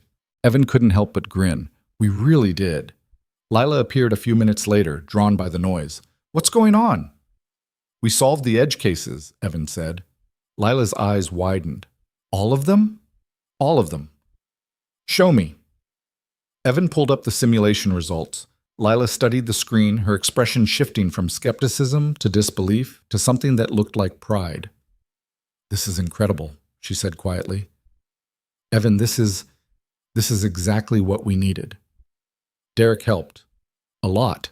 Derek shrugged. I just provided the data. Evan did the hard part. Lila looked at both of them. I don't care who did what. This is a team win, and it means we're ahead of schedule. She pulled out her phone. I'm calling Richard. He needs to see this. Richard showed up 20 minutes later, looking skeptical. He always looked skeptical, but when Evan walked him through the results, his expression shifted. Run it again, Richard said. Evan ran the simulation. 0 failures. Again. Evan ran it again. 0 failures. Richard leaned back, arms crossed. How confident are you that this will hold up in the field? Very, Evan said. The prioritization protocol is adaptive. It learns from each deployment. The more data it gets, the better it performs. And if a sensor fails completely, the failsafe kicks in. The system switches to manual override and alerts the operator. Richard nodded slowly. All right, I'm impressed. Good work, both of you. Derek grinned. Evan just nodded. We're scheduled to run a full system test next week, Richard continued. If this performs the way you're saying it will, we'll be in great shape for the contract review. It will, Evan said. Richard almost smiled. I believe you. That afternoon, Evan left the office at 3 to pick up Noah. He was exhausted but buzzing with energy. The kind of high that came from solving a problem that had been eating at you for weeks. Noah was waiting outside the school, talking to a girl with pigtails. When he saw Evan, he waved goodbye and ran over. Hey, buddy, Evan said as Noah climbed into the car. Hey, Dad, guess what? What? I got 100 on my spelling test. That's awesome. I'm proud of you. Mrs. Palmer gave me a sticker. See? Noah held up his hand, showing off a gold star stuck to the back of it. Very cool. They drove home, Noah chattering the whole way about his day. Evan listened, half-focused, his mind still spinning through the events of the morning. When they got home, Evan made grilled cheese sandwiches for dinner. Noah ate 3. Evan ate 1 and spent most of the meal staring at his laptop, which he'd left open on the kitchen table. Dad? Noah's voice pulled him back. Yeah? You're doing it again. Doing what? Looking at your computer. You always do that now. Evan closed the laptop. Sorry, buddy, you're right. Is work good? Yeah, really good, actually. We solved a big problem today. Noah grinned. I knew you would. How'd you know? Because you're smart, and you don't give up. Evan felt his chest tighten. Thanks, buddy. Can we play a game now? You promised. I did. What do you want to play? Checkers. They played checkers at the kitchen table. Noah won 2 out of 3 games, mostly because Evan wasn't paying attention. But it didn't matter. Noah was happy, and that was enough. Later, after Noah was asleep, Evan sat on the couch with his laptop and reviewed the day's work one more time. Everything looked solid. The simulations held up. The code was clean. For the first time in weeks, Evan felt like he could breathe. The following Monday, the team ran a full system test. It was a big deal. Richard had invited executives from 3 other departments to observe. The Secretary of Defense's office had sent a representative. Even the CEO showed up, which almost never happened. Evan stood in the back of the observation room, arms crossed, watching the monitors. Lila was next to him, bouncing on her heels. Nervous? She asked. Terrified. Me too. The test started. On the main screen, the AI system powered up, running through initialization protocols. Sensors came online, data started flowing, the decision-making algorithms kicked in. Evan watched the numbers. Response times were good. Energy consumption was within spec. No errors, no warnings. The test scenarios started. Simple ones at first, then more complex. Edge cases, high-stress situations, conflicting data inputs. The AI handled all of them, perfectly. By the time the test ended, the room was silent. Then someone started clapping. Then someone else. Then everyone. Richard turned to Evan and nodded. Just once. But it was enough. The CEO walked over. He was a tall man in his 60s with a firm handshake and a voice that sounded like he'd spent his whole life giving speeches. "Evan Carter," he said, "I've heard a lot about you. All good things, I hope." The CEO smiled. "Lila tells me you used to work at ArcLight." "I did. Why'd you leave?" Evan had answered this question a dozen times by now, but it never got easier. "Personal reasons. And now you're here." "Now I'm here." The CEO studied him for a moment. "Well, I'm glad you are. What you've done with this system is remarkable. We're lucky to have you." "Thank you, sir." The CEO shook his hand again and walked away. Lila nudged Evan. "You just impressed the CEO. You know what that means?" "What?" "You're stuck here now. No escape." Evan laughed. "I think I'm okay with that." That night, Evan took Noah out for ice cream to celebrate. They went to the place on 5th Street with the ridiculous flavors. Bubblegum, cotton candy, something called Birthday Cake Explosion. Noah got 2 scoops of chocolate. Evan got vanilla because he was boring. They sat outside on a bench, watching cars drive by. "Dad?" Noah said, licking his cone. "Yeah? Are you happy now?" Evan looked at him. "What do you mean?" "You always look happy now, like more happy than before." Evan thought about it. "Yeah, buddy, I am. Because of your job?" "Partly, but mostly because I get to do my job and still be with you." Noah nodded. "That's good. I like it when you're happy." "Me too." They finished their ice cream in comfortable silence. Then Noah said, "Dad?" "Yeah?" "I'm proud of you." Evan's throat tightened. "Thanks, buddy. I'm proud of you too." "Why?" "I didn't do anything." "You did everything. You gave me a reason to try again." Noah didn't seem to know what to say to that, so he just smiled and went back to his ice cream. Evan sat there, watching his son, feeling like the luckiest person in the world. The next few weeks fell into a rhythm. Evan worked. Noah went to school. They had dinner together every night. On weekends, they went to the park or the library or the science museum that Noah loved. At the office, things were going well. The system was performing better than anyone had expected. The contract review was scheduled for the end of the month, and Richard was confident they'd pass with flying colors. Evan's relationship with the team had shifted too. He wasn't the new guy anymore. He was just Evan. Derek invited him to lunch. Other engineers asked for his input on their projects. Even Richard treated him like an equal. But the person Evan spent the most time with was Lila. They worked together on everything. She'd pull him into meetings. He'd pull her into code reviews. They had a rhythm, a shorthand that made collaboration easy. One afternoon, Lila stopped by his desk with a question about the prioritization protocol. They ended up talking for an hour, not just about work, but about everything. She told him about her family, her sister who lived in Seattle, her parents who kept asking when she was going to settle down. "They think I work too much," Lila said. "Do you?" "Probably." She laughed. "But I love it.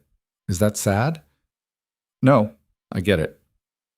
"Do you love it, the work?" Evan thought about it. "Yeah, I do. I didn't think I would, but I do." "Good. Because you're really good at it."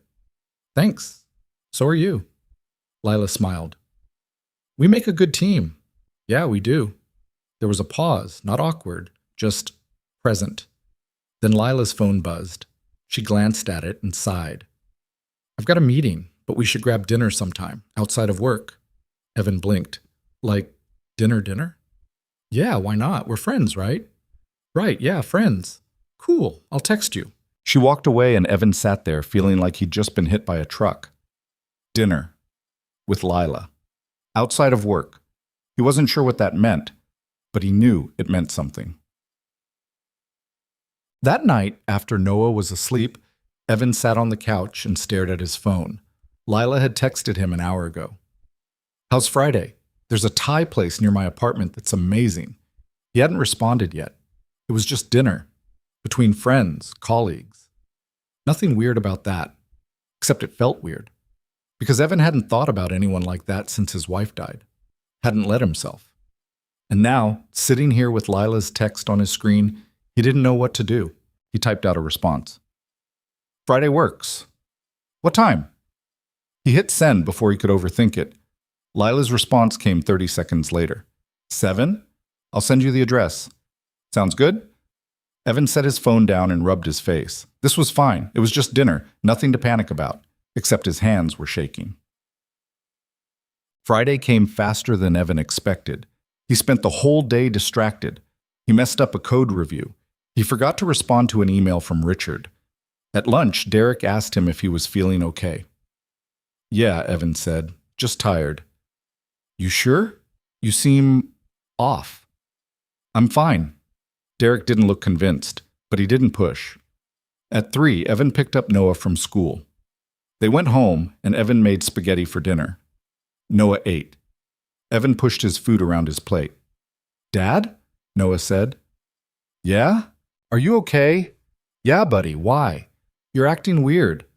Evan forced a smile. I'm fine, just thinking about work. Oh. Noah twirled his fork in his spaghetti. Are you going out tonight? Evan blinked. What? You're wearing your nice shirt. You only wear that when you're going somewhere. Evan looked down. He'd changed after work, swapping his usual t-shirt for a button-down. He hadn't even realized he'd done it. I'm just meeting a friend for dinner, Evan said. What friend? Someone from work. Her name's Lila. Noah's eyes lit up. Is she your girlfriend? What? No, she's just a friend. But you like her. What? Why would you say that? Noah shrugged. Because you're nervous. You're only nervous when something's important. Evan stared at his son. When had he gotten so perceptive? It's just dinner, buddy. Nothing important. Okay. Noah went back to his spaghetti, but Evan could see the smile on his face. At 6:30, Mrs. Keene came over to watch Noah. Evan gave her the usual instructions. Bedtime at 8:30, no more than 1 episode of cartoons, call if anything comes up. Have fun, dear, Mrs. Keene said, her eyes twinkling. It's just dinner. Of course it is. Evan left before she could say anything else. The Thai place was small and cozy, tucked between a bookstore and a dry cleaner. Evan arrived 10 minutes early and sat in his car trying to calm his nerves. It was just dinner, between friends, colleagues. He repeated that to himself 3 times before getting out of the car. Lila was already inside, sitting at a table near the window. She waved when she saw him. Evan walked over, suddenly hyper-aware of everything. The way she'd pulled her hair back, the way she smiled, the way she looked at him like he wasn't just some guy she worked with. Hey, Lila said. Hey, you look nice. Thanks, so do you. They sat down. A waiter brought menus. Evan stared at his without reading it. So, Lila said. This is weird, right? Evan looked up. What? Hanging out outside of work. It feels weird. Yeah, a little. Good. I thought it was just me. Lila grinned. Okay, new rule. No talking about work at all. What are we supposed to talk about? I don't know. Normal stuff. Life, hobbies, embarrassing childhood stories? Evan laughed. I don't have any embarrassing childhood stories. Everyone has embarrassing childhood stories. Okay, fine, you first. Lila leaned back in her chair. All right. When I was 10, I entered a science fair. I was obsessed with volcanoes, so I built this giant papier-mâché volcano for my project, spent weeks on it. The day of the fair, I'm setting it up, and I accidentally knock over the vinegar. It spills everywhere, ruins the whole display. I cried in front of the entire school. Evan smiled. That's not that embarrassing. I was wearing a shirt that said future scientist. The irony was not lost on anyone.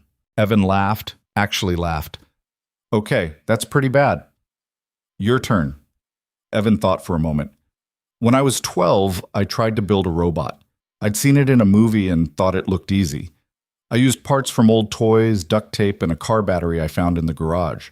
I plugged it in, and it immediately caught fire. My mom freaked out. My dad banned me from the garage for a year. Lila grinned. You were a weird kid. I was a curious kid. Same thing. They ordered food. Pad Thai for Lila. Green curry for Evan. They talked while they waited. About growing up, about college, about the jobs they'd had before this one. Evan told her about ArcLight, about the Helios project, about the team he'd worked with, and the late nights and the rush of solving problems that seemed impossible. Lila told him about her first job out of college, a startup that went under after 6 months, about how she'd almost given up on engineering before landing at Vance. "I'm glad you didn't," Evan said. "Me too." The food arrived. They ate, they talked more. And somewhere between the curry and the second pot of tea, Evan realized he was having fun. Real fun. The kind he hadn't had in years. "Can I ask you something?" Lila said. "Sure." "Do you ever regret it? Walking away from ArcLight?" Evan set down his fork. "Sometimes. But not for the reasons you'd think." "What do you mean?" "I don't regret leaving. I needed to. For Noah. For myself. But I regret that I let it define me for so long. I convinced myself that I couldn't do both, that I had to choose, and I didn't. I just had to find a different way." Lila nodded. "I'm glad you did." "Me too." They finished dinner. Lila insisted on splitting the check. Evan didn't argue. Outside they stood on the sidewalk, the night air cool and quiet. "Thanks for this," Lila said. "I had a really good time." "So did I. We should do it again sometime." "Yeah, we should." There was a pause. Lila looked like she was about to say something. Then she smiled and said, "See you Monday." "See you Monday." Evan watched her walk to her car. Then he got in his own car and sat there for a moment, trying to process what had just happened. It was just dinner, between friends. Except it didn't feel like just dinner, and Evan wasn't sure what to do about that. When Evan got home that night, Mrs. Keene was asleep on the couch, with a book open on her lap. He woke her gently, paid her for the evening, and walked her to the door. "Did you have a nice time?" she asked, her eyes twinkling in that knowing way of hers. "It was fine," Evan said. "Just fine?" "Mrs. Keene." She patted his arm. "I'm happy for you, dear. You deserve something good." Evan didn't know what to say to that, so he just thanked her and watched her walk down the hallway to her own apartment. He checked on Noah, who was asleep with one arm hanging off the bed and his blanket kicked to the floor. Evan pulled the blanket back up, kissed his forehead, and went to his own room. He didn't sleep well. His mind kept replaying the dinner, the way Lila had laughed, the way she'd looked at him across the table, the way it had felt easy and comfortable and terrifying all at once. By Monday morning, Evan had convinced himself it didn't mean anything. It was just dinner. Lila had said so herself. They were friends, colleagues, nothing more. But when he walked into the office and saw her at her desk, coffee in hand, smiling at something on her screen, his chest tightened in a way that had nothing to do with work. "Morning," Lila said when she saw him. "Morning. Good weekend?" "Yeah, you?" "Same. Caught up on sleep, did some laundry, exciting stuff." Evan smiled. "Living the dream. Always." Lila stood up. "Hey, we got the contract review meeting on Wednesday. Richard wants us to run through the presentation tomorrow. You free at 2? "Yeah, I'll be there." "Cool." She grabbed her coffee and headed toward the conference room, then stopped and looked back. "And Evan?" "Yeah?" "Thanks again. For Friday." "Anytime." She smiled and walked away. Evan sat down at his desk, his heart still doing that stupid thing where it beat too fast for no reason. This was a problem. The next 2 days passed in a blur of preparation. Evan and Lila spent hours refining the presentation, running through simulations, making sure every detail was perfect. Richard was stressed, which meant everyone was stressed. The contract review wasn't just important, it was everything. If they didn't pass, the company lost the defense contract. And if they lost the contract, layoffs would follow. Evan tried not to think about that. He just focused on the work. On Wednesday morning, the review team arrived. 3 people from the Department of Defense, all in suits, all carrying tablets and serious expressions. Richard greeted them in the lobby, all smiles and firm handshakes, then led them up to the executive conference room. Evan stood in the back with Lila and Derek, watching through the glass as Richard started the presentation. The defense reps sat stone-faced, taking notes, asking questions that Richard deflected to Lila. Lila was incredible. She walked them through the system architecture with the kind of confidence that made it look easy. She fielded every question without hesitation. And when one of the reps asked about the edge case failures, she turned to Evan. Evan, you want to take this one? Evan's stomach dropped. He hadn't expected to speak, but Lila was looking at him with that expression that said, "You've got this." He walked to the front of the room. "The edge cases were our biggest challenge," Evan said, his voice steadier than he felt. "We identified a 0.1% failure rate in scenarios where multiple sensors reported conflicting data. The issue was that the AI couldn't prioritize which data source to trust. So we built an adaptive prioritization protocol. It weighs the reliability of each sensor based on historical accuracy and real-time performance. Since implementation, we've run over 10,000 simulations with 0 failures." One of the reps leaned forward. "What happens if all the sensors fail?" "The system switches to manual override and alerts the operator immediately. It's a failsafe. The AI won't make a decision without reliable data." The rep nodded. "And this protocol is adaptive. It learns?" "Yes. The more deployments it runs, the more accurate it becomes." "Impressive." Evan stepped back. His hands were shaking, but he didn't think anyone noticed. The review continued for another hour. They ran live tests. They asked more questions. They poked holes in every claim Richard and Lila made. But the system held up. Every time. By the end, the defense reps were nodding. Not smiling. They didn't seem like the smiling type, but nodding, which, according to Richard's face, was a good sign. "We'll submit our report by the end of the week," the lead rep said. "But preliminarily, this looks very strong. You've addressed all our concerns." Richard shook his hand. "We appreciate your time." The reps left. The room was silent for about 5 seconds. Then everyone erupted. Derek grabbed Evan in a bear hug. "We did it! We actually did it!" Lila was grinning so hard her face looked like it might split. "That was perfect. You were perfect." Evan laughed, still trying to process what had just happened. "I thought I was going to throw up." "You didn't. You killed it." Richard walked over, his expression unreadable. Then he held out his hand. "Good work, Evan. Really good work." Evan shook it. "Thank you, sir." "Don't call me sir. It makes me feel old." Richard almost smiled. "Take the rest of the day off. All of you. You've earned it." Evan left the office at noon, his head still spinning. He picked up Noah early from school, claiming there was a dentist appointment that didn't actually exist. Noah didn't question it. He was just happy to leave early. "Where are we going?" Noah asked as they drove. "I don't know. Where do you want to go?" "The Science Museum."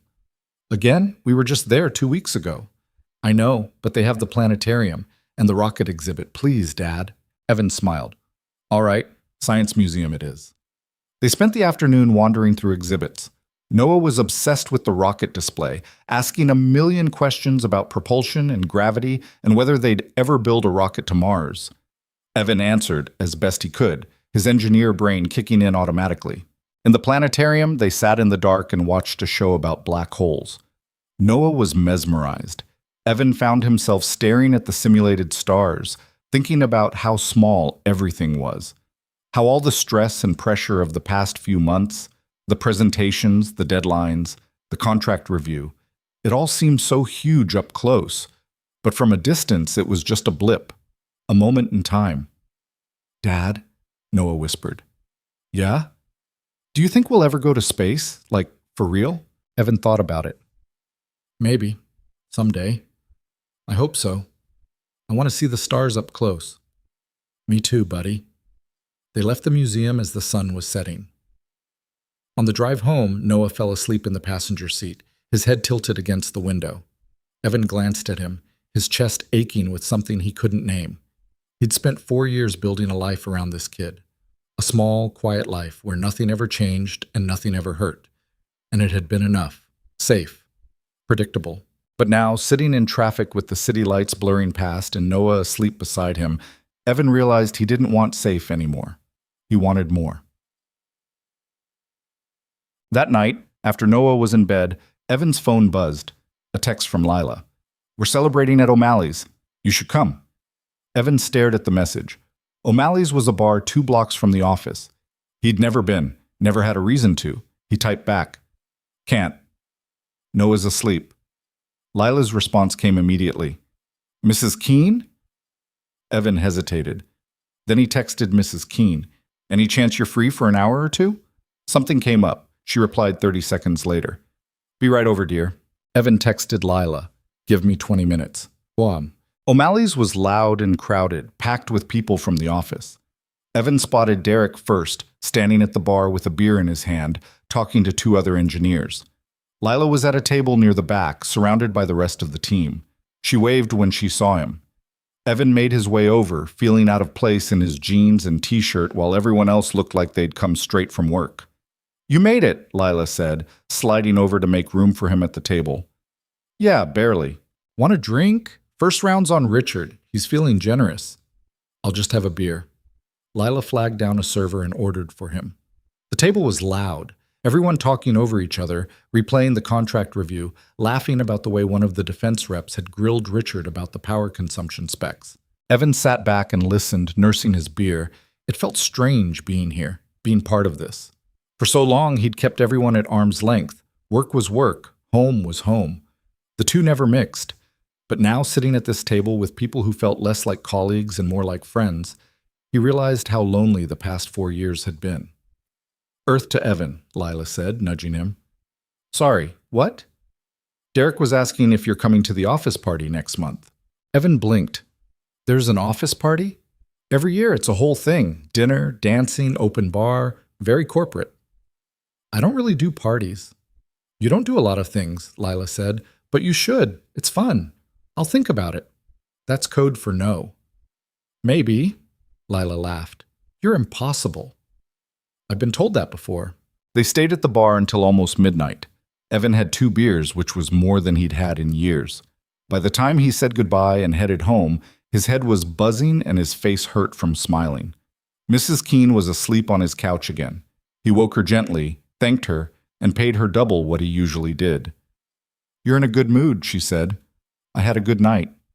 I'm glad, dear, you should have more of those. Evan watched her leave, then checked on Noah. He was still asleep, curled up with his favorite stuffed dinosaur. Evan stood in the doorway for a moment, just watching him. For the first time in a long time, Evan felt like things were falling into place. Well, the next few weeks were some of the best Evan could remember. The contract review results came back positive. The Defense Department approved the system. The contract was signed. Richard threw a team lunch to celebrate, and for once he actually seemed happy. Evan's relationship with the team solidified.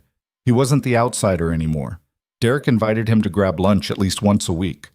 Other engineers stopped by his desk to ask for advice or just to chat. Even Richard started calling him by his first name. And then there was Lila. They still worked together every day, but it was different now, easier. She'd stop by his desk with coffee. He'd stop by hers with questions that weren't really questions, just excuses to talk. They started having lunch together, sitting outside when the weather was nice, talking about everything and nothing. One afternoon, Lila asked him about his wife.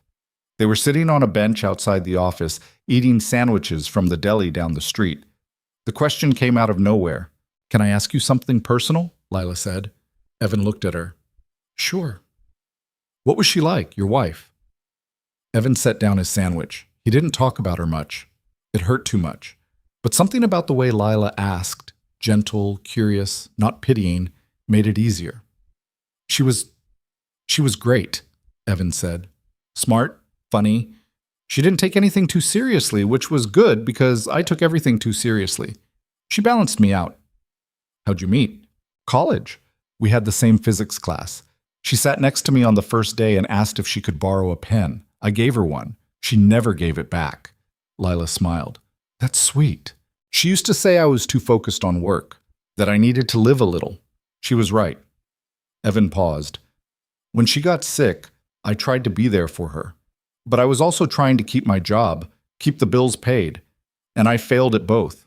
I wasn't there enough for her, and my work suffered because I was distracted. By the time she died, I felt like I'd let everyone down. Evan, Lila said quietly, you didn't let anyone down. It felt like I did. You did the best you could. That's all anyone can do. Evan looked at her. Is it? Yeah, it is. They sat in silence for a moment. Then Lila said, she'd be proud of you, of what you've built, of the dad you are to Noah. Evan's throat tightened. Thanks. I mean it. I know. Yeah. The office party was on a Friday night in late October. Evan had tried to get out of it, but Lila wouldn't let him. "You're coming," she said. "Non-negotiable. I don't have anyone to watch Noah. Mrs. Keene. She's already watched him 3 times this month. So make it 4. Come on, Evan. It's one night. You'll have fun." Evan sighed. "Fine, but I'm leaving early. Deal." The party was at a hotel downtown, in a ballroom with chandeliers and a live band and tables covered in white linens. Evan showed up in the same button-down shirt he'd worn to his interview, feeling underdressed compared to everyone else in suits and cocktail dresses. He found Lila near the bar. She was wearing a dark blue dress that made her look like someone completely different from the engineer he worked with every day. "Wow," Evan said before he could stop himself. Lila grinned. "You clean up pretty well yourself. I look like I'm going to a funeral." "You look fine. Come on, let's get you a drink." They spent the first hour mingling. Evan talked to people he barely knew, shook hands with executives whose names he immediately forgot, and tried not to look as uncomfortable as he felt. But then the band started playing, and people moved to the dance floor, and Lila grabbed his hand. "No," Evan said, "absolutely not. Come on, one song." "I don't dance." "Everyone dances." "I don't." "Evan." She looked at him with those eyes that always made him cave. "Please?" He sighed. "One song." They went to the dance floor. The song was slow, which somehow made it worse. Evan had no idea what to do with his hands. Lila laughed and put them on her waist, then rested her own hands on his shoulders. "See? Not so bad. I feel like an idiot. You look fine." They swayed to the music. Evan tried to focus on anything other than how close she was. The chandelier, the other couples dancing, the band. But it was impossible. "Evan?" Lila's voice was quiet. "Yeah? I'm really glad you're here." "At the party?" "At Vance. In general." She paused. "I don't know what I would have done without you these past few months." Evan looked at her. "You would have been fine. You're brilliant. So are you." "I don't know about that." "I do." Lila smiled. "You saved this company. You know that, right? I just fixed a sensor. You did a lot more than that." The song ended. Another one started. Evan should have stepped away, but he didn't. "Lila," he said. "Yeah? He stopped. He didn't know how to finish that sentence. Lila looked at him, her expression soft. "It's okay. You don't have to say anything." But Evan wanted to. He wanted to say that he hadn't felt this way about anyone since his wife, that Lila made him feel like he could be more than just a single dad trying to get by, that she made him feel like himself again. But the words wouldn't come, so he just kept dancing. Later that night, after the party ended and Evan had said his goodbyes, Lila walked him to his car. "Thanks for coming," she said. "Thanks for making me." "Any time." They stood there for a moment, the parking lot quiet around them. "Evan?" Lila said. "Yeah?" "This is probably a bad idea." "What is?" She kissed him. It was quick, soft, over before Evan's brain even processed what was happening. When she pulled back, she was blushing. "Sorry," she said. I've been wanting to do that for a while." Evan stared at her. "You have?" "Yeah." "Oh," Lila laughed. "Oh, that's all you've got?" Evan's brain was short-circuiting. No. Evan, it's okay. If you don't feel the same way, just say so. I won't make it weird." "I do," Evan said quickly. "Feel the same way. I didn't think you did." Lila's eyes widened. "Seriously?" "Yeah. Evan, I've been flirting with you for weeks. How did you not notice? I'm not great at this stuff." "Clearly." She smiled. "So what do we do now?" "I don't know." "Do you want to figure it out?" Evan thought about Noah, about work, about all the reasons this was complicated. Then he thought about how Lila made him feel, how she looked at him like he mattered, how she made him want to try. "Yeah," he said. "I do." Lila grinned. "Good." She kissed him again, slower this time. And when she pulled back, Evan was smiling. I should go, he said. Mrs. Keene's probably asleep on my couch again. Go. I'll see you Monday. See you Monday.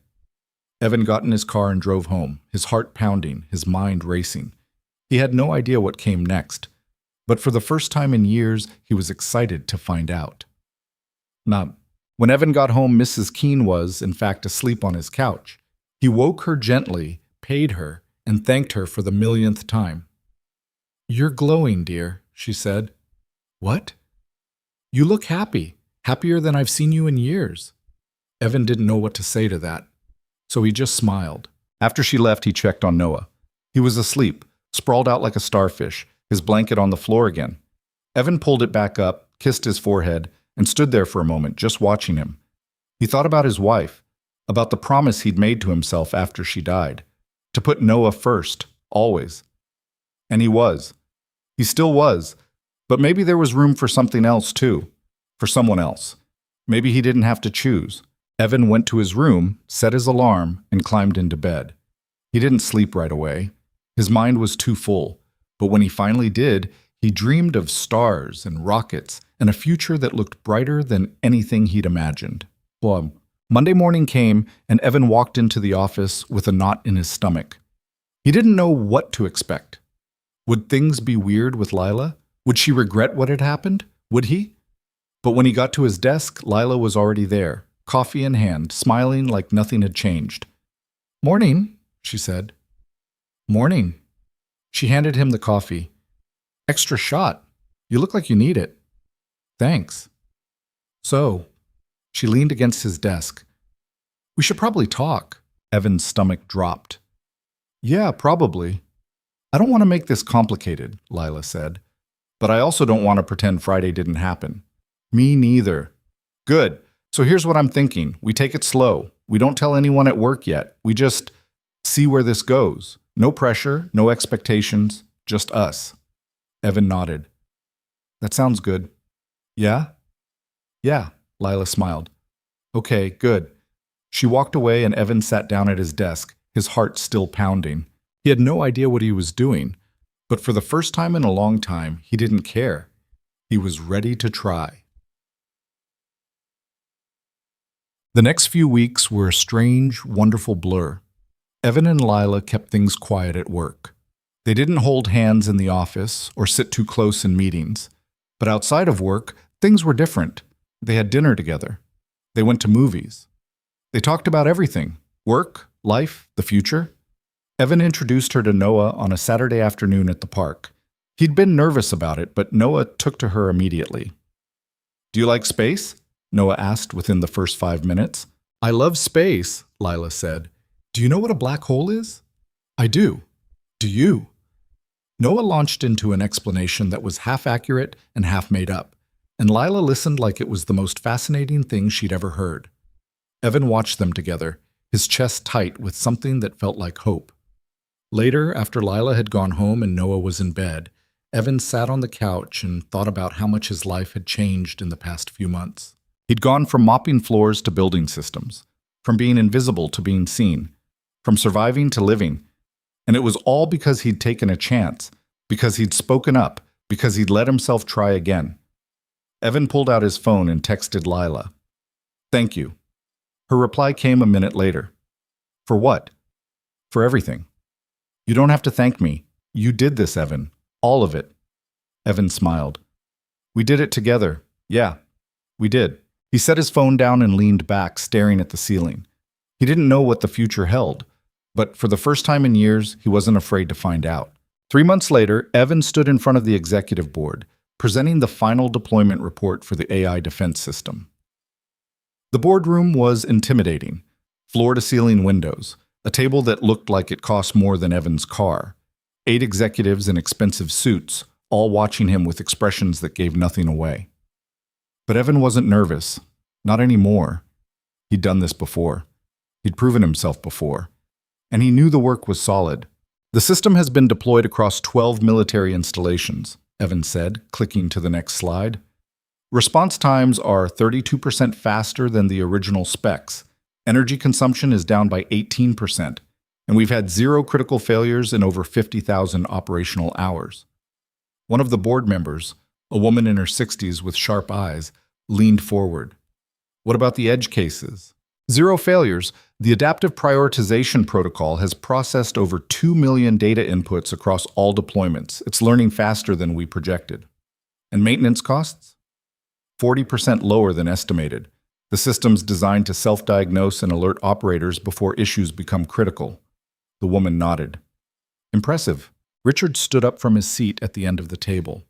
The Defense Department has already requested expansion to 20 additional sites. We're negotiating terms now, but the contract value is estimated at over $500 million. The room was silent for a moment. Then the CEO, the same man who'd shaken Evan's hand after the first successful test, started clapping, slowly.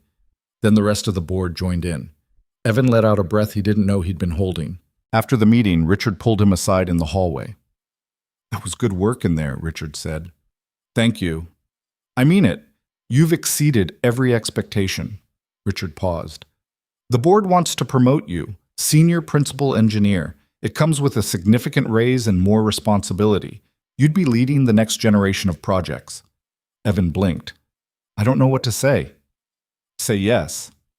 "What about the flexible hours? I still need to pick up my son. We'll work around it. You've proven you can balance both. I trust you." Evan felt something shift in his chest. Trust. That was what this had all been about. Learning to trust himself again. Learning to trust that he could be both a good engineer and a good father. "Okay," Evan said. "Yes, I accept." Richard held out his hand. "Congratulations. You've earned this." Bam. Evan left the office early that day. Not because he had to. Because he wanted to. He picked up Noah from school and drove straight to the ice cream place on 5th Street. Noah ordered his usual 2 scoops of chocolate. Evan got vanilla again, because some things never changed. They sat outside on the same bench they always did, watching the world go by.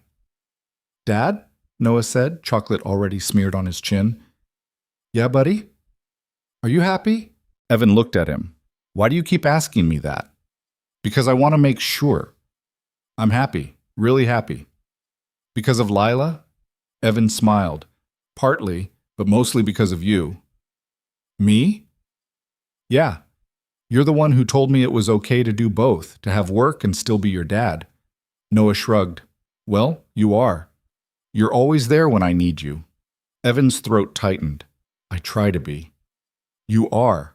Noah took another bite of ice cream. "Is Lila your girlfriend now?" "Yeah, she is." "Good. I like her. She's smart, and she doesn't treat me like a baby." Evan laughed. "That's high praise." "Are you going to marry her?" Evan nearly choked on his ice cream. "What? Where did that come from?" "I don't know. That's what people do when they love each other, right?" It's more complicated than that, buddy." "Why?" "Because..." Evan trailed off. Because why? Because he was scared? Because he'd already lost one person he loved and didn't think he could survive losing another? Because the idea of letting someone that far into his life again terrified him? All of those things were true, but they didn't feel like good enough reasons anymore. "I don't know," Evan said honestly. "Maybe someday." Noah grinned. "Cool." They finished their ice cream and drove home. On the way, Evan's phone buzzed. A text from Lila. "How'd the board meeting go?" "Good. Really good. I'll tell you tonight. Can't wait. Pick you up at 7? Sounds perfect." Bus. Lila arrived at 7 on the dot, wearing jeans and a sweater and that smile that always made Evan's chest do stupid things. Mrs. Keene was already at the apartment, settled on the couch with Noah and a puzzle. She gave Evan a knowing look as he grabbed his jacket. "Have fun, you two," she said. "We will," Lila said. "Thanks for watching him, Mrs. Keene."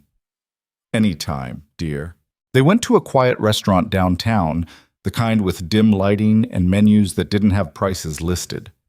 Evan had made a reservation earlier, which felt oddly adult and responsible. Over dinner, he told Lila about the board meeting, about the promotion, about Richard's offer. Lila's face lit up. "Evan, that's incredible. I'm so proud of you." "I couldn't have done it without you." "Yes, you could have, but I'm glad I got to be part of it." They ordered dessert, something chocolate and fancy that Evan couldn't pronounce, and talked about the future, about the new projects coming down the pipeline, about Lila's own ambitions to move into a leadership role. "I've been thinking," Lila said, swirling her spoon in her coffee, "about taking the next step, maybe applying for a director position when one opens up. You'd be great at that." "You think so?" "I know so. You're the best engineer I've ever worked with, and that's saying something." Lila smiled. "You're biased." "Maybe, but I'm also right." She reached across the table and took his hand. "I'm really glad you took that chance, back when you were still mopping floors and you decided to speak up." Evan looked at their hands, intertwined on the table. "Me too." "Do you ever think about what would have happened if you hadn't?" "Sometimes. But then I remember that I did. And that's what matters." Lila squeezed his hand. "I love you, you know." The words hung in the air between them. Evan's heart stopped, then started again, faster. "I love you too," he said. And he meant it. A week later, the company held a celebration dinner for the engineering team. It was smaller than the office party, just the core group who'd worked on the defense system. They rented out a private room at a steakhouse, and Richard gave a speech about teamwork and innovation that was surprisingly heartfelt. Derek raised his glass. "To Evan, the guy who went from janitor to genius in record time." Everyone laughed. Evan felt his face flush. "I'm serious," Derek continued. "You saved this project, you saved this company, and you made the rest of us look good in the process. So thank you." "Here, here," someone said. Glasses clinked. Evan took a sip of his wine, feeling overwhelmed in the best possible way. After dinner, Lila pulled him aside. "Come on," she said. I want to show you something." They took the elevator to the roof of the building. It was a cold November night, the city lights spread out below them like stars. "I come up here sometimes," Lila said, "when I need to think. It's beautiful." "Yeah." She turned to him. "Evan, can I ask you something?" "Of course." "What do you want? Like, really want? Not for Noah, not for work, for you." Evan thought about it. A year ago, he would have said he didn't know, that all he wanted was to survive, to get through each day without messing up too badly. But now, "I want this," he said. "I want to wake up every day and do work that matters. I want to be there for my son, and I want to be with you." Lila smiled. "That's a good answer. What about you? What do you want?" "The same thing. Work that matters. People who matter." She paused. "I want to build something real, not just systems and software, but a life with you." Evan pulled her close. "I want that too." They stood there for a while, wrapped in each other, the cold night air biting at their faces. And for the first time in years, Evan felt like he was exactly where he was supposed to be. Christmas came faster than Evan expected. He'd never been big on the holidays. After his wife died, they'd felt more like something to survive than something to celebrate. But this year was different. Noah was obsessed with decorating. He insisted on a tree, a real one, not the plastic thing Evan had been using for years. They went to a lot on the edge of town and picked out a 7-footer that barely fit through the apartment door. Lila came over to help decorate.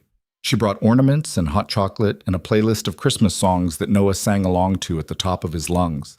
"This is nice," Evan said, watching Noah hang a silver star on a low branch. "Yeah," Lila agreed. "It is." "I'm glad you're here." "Me too." On Christmas morning, Noah woke Evan up at 6, bouncing on his bed like a rabbit. "Dad, Santa came! There are presents everywhere!" Evan groaned.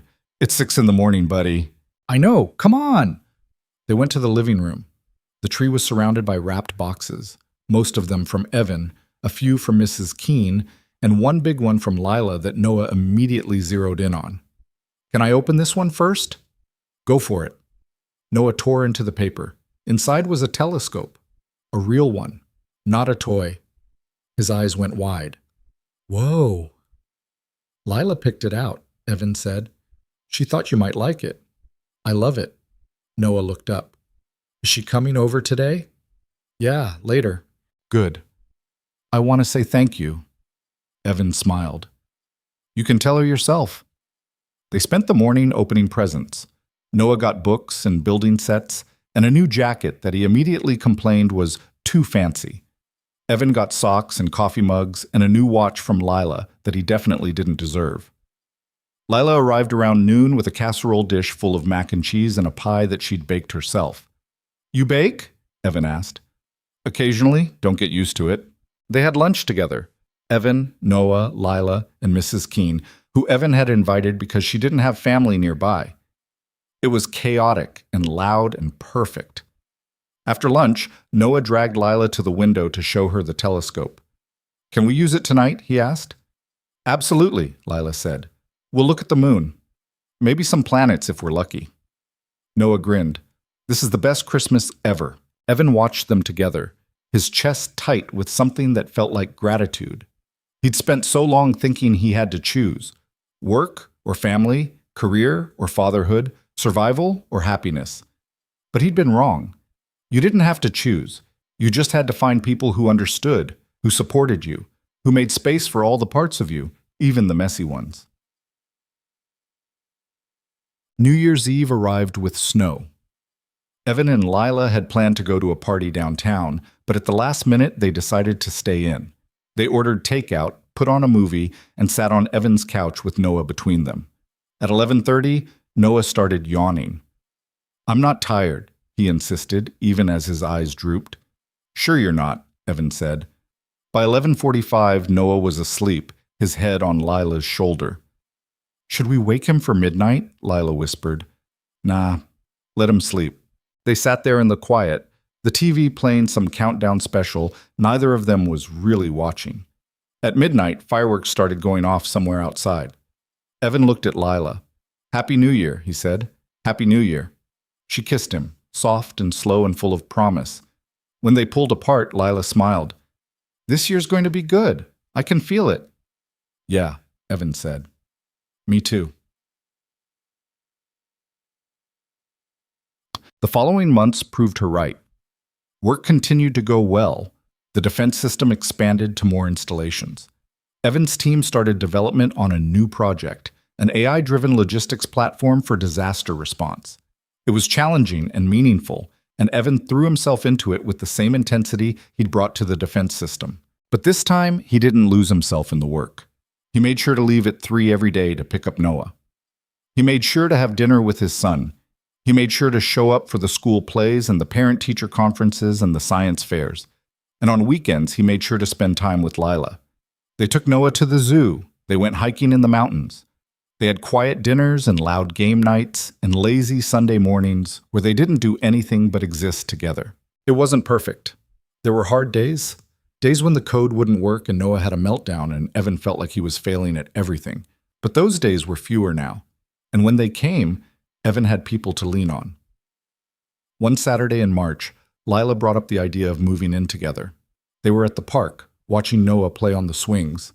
"I've been thinking," Lila said. "About what?" "About us. About the future." She paused. "My lease is up in 2 months. And I was wondering, do you think it's too soon to talk about moving in together?" Evan's heart skipped. "I don't know. Is it?" "I don't think so. But I wanted to ask you first, and Noah." "You want to ask Noah?" "Of course. He's part of this too." Evan looked at her. "You really mean that?" "Yeah, I do." That night, after dinner, Evan sat Noah down at the kitchen table. "Buddy, Lila and I want to talk to you about something." Noah looked between them. "Am I in trouble?" "No," Lila said, laughing. "Not at all. We just wanted to ask you something. How would you feel if I moved in here, with you and your dad?" Noah's eyes went wide. "Really? Really? But only if you're okay with it." Noah thought about it for exactly 3 seconds. "Can you bring your telescope?" Lila grinned. "I don't have a telescope." "Oh, well, can you help me with my science homework?" "Absolutely." "Then, yeah, I'm okay with it." Evan laughed. "That's it? That's all it takes?" "Yep." Noah went back to his drawing. "When's she moving in?" "In a couple months?" "Cool. Can we have pancakes now?" Lila moved in on a sunny Saturday in May. She didn't have a lot of stuff, mostly books and clothes and kitchen gadgets that Evan didn't know the names of. But it still took 3 trips to get everything from her apartment to his. Noah helped, carrying boxes that were way too heavy for him and insisting he was fine every time Evan tried to take one away. By the end of the day, the apartment looked different, fuller, lived in, like a home instead of just a place to sleep. That night, after Noah was in bed, Evan and Lila sat on the couch, exhausted but happy. "This is nice," Lila said. "Yeah, it is." "You're not freaking out?" "A little, but in a good way." Lila laughed. "I'll take it." Evan looked around the apartment, at the boxes still waiting to be unpacked, at the photos on the wall, some of Noah, some of his wife, some new ones of Lila, at the life he'd built, piece by piece, after thinking it was over. "I never thought I'd get here," Evan said quietly. "Where?" "Here. Happy. With someone. With a career I actually care about. I thought I'd just survive. That's all I thought I was capable of." Lila took his hand. "You were always capable of more. You just needed to believe it. I needed you to believe it first." "Maybe, but you did the hard part." Evan kissed her. "Thank you for everything." "You don't have to thank me. I know, but I want to." A year later, Evan stood in front of a different room, smaller, more intimate, filled with the people who mattered most. Noah sat in the front row, wearing a suit that was slightly too big. Mrs. Keene was next to him, dabbing at her eyes with a tissue. Derek and the rest of the engineering team filled the seats behind them. And at the front of the room, standing under an arch covered in flowers, was Lila. She was wearing a simple white dress and the same smile she'd had that first night at the Thai restaurant. Evan's hands were shaking as he took his place next to her. "You okay?" Lila whispered. "Yeah, just nervous. You've presented to the Department of Defense. This should be easy." "This is way scarier," Lila laughed. "You'll be fine." The officiant started talking. Evan barely heard the words. He was too focused on Lila, on the way she looked at him, on the way her hand felt in his. When it was time for the vows, Evan pulled out the card he'd written the night before. "Lila," he said, his voice shaky. 4 years ago, I thought my life was over. I thought I'd used up all my chances. And then you saw me. Not as a janitor, not as someone who'd given up, but as someone who still had something to offer. You gave me a reason to try again, and I'm so grateful for that. I promise to show up for you, to support you, to love you for the rest of my life." Lila was crying now, happy tears. "Evan," she said, "you say I saw you, but the truth is you were already there. You just needed someone to remind you. You're the best person I know, the best partner, the best father, and I can't wait to spend the rest of my life with you." The officiant pronounced them married. Evan kissed Lila. Everyone cheered. Noah ran up and hugged them both. "Does this mean Lila's my mom now?" Lila knelt down. "If you want me to be." Noah grinned. "Yeah, I do." "Oh, what time?" The reception was small. Dinner at the same restaurant where Evan and Lila had their first date. Dancing to music that Noah insisted was boring but okay. At one point, Evan found himself standing on the balcony, looking out at the city lights. Derek joined him. "Hell of a day," Derek said. "Yeah, it was." "You did good, man. With all of it, the job, the family, everything." "Thanks. I'm still figuring it out." "We all are." They stood in comfortable silence for a moment. Then Derek said, "You ever think about where you'd be if you hadn't spoken up that day? If you'd just kept mopping floors?" Evan thought about it. "Sometimes. But then I remember I did speak up, and that's what matters." "That's a good way to look at it." Derek clapped him on the shoulder and headed back inside. Evan stayed a moment longer, looking out at the city. He thought about the journey that had brought him here, the loss, the fear, the decision to try again, even when it felt impossible. He thought about the people who'd helped him along the way. Lila, Noah, Mrs. Keene, Derek, even Richard in his own gruff way. And he thought about the future, the projects he'd build, the life he'd live, the family he'd raise. It wouldn't be perfect. There would be hard days, challenges, setbacks, but that was okay, because he'd learned something important over the past year. You didn't have to be perfect. You didn't have to have all the answers. You didn't even have to know what came next. You just had to show up. You had to try. You had to believe that you were worth more than the worst thing that ever happened to you. And you had to let people in, even when it was scary, even when it felt like too much. Because the truth was, you couldn't do it alone. Nobody could. Leela appeared beside him, slipping her hand into his. You okay? She asked. Yeah, just thinking. About what? About how lucky I am. Lila leaned her head on his shoulder. We both are. They stood there together, watching the lights of the city, the future stretching out before them like an open road. And for the first time in a long time, Evan wasn't afraid of where it might lead. Because he knew, no matter what came next, he wouldn't be facing it alone. He had his son. He had his work. He had his wife. He had a life worth living. And that was more than enough. 2 years later, Evan stood in a conference room at MIT, giving a guest lecture to a room full of engineering students. The most important thing I've learned, he told them, isn't about thermal regulation or AI systems or any of the technical stuff. It's about knowing when to step away and when to step up.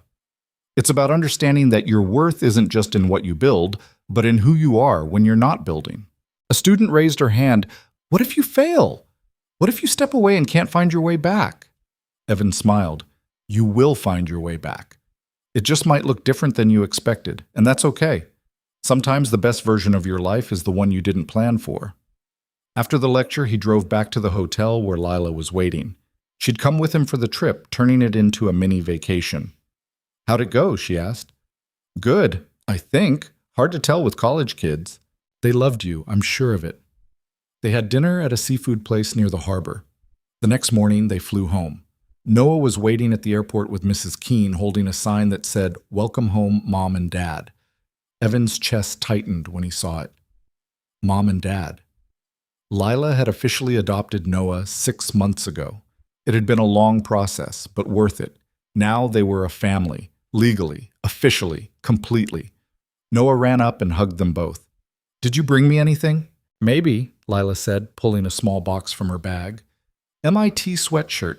Figured you'd want to represent. Noah's eyes lit up. This is so cool. They drove home together, Noah chattering the whole way about his week at school.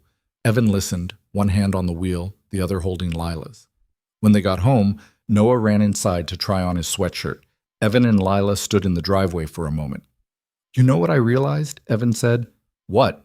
I spent so long thinking I had to choose between being good at my job and being good at life. But they're not separate things. They're part of the same thing. You can't be good at one without being good at the other. Lila smiled. Took you long enough to figure that out. Better late than never. True. They walked inside together, into the life they'd built, into the future they'd chosen. And Evan knew, without a doubt, that he'd finally found what he'd been looking for. Not perfection, not certainty, not a life without struggle, but something better. A life where he got to be himself, all of himself. The engineer, the father, the husband, the man who'd fallen and gotten back up. A life where second chances weren't just possible, they were real. And sometimes, if you were brave enough to take them, they could change everything.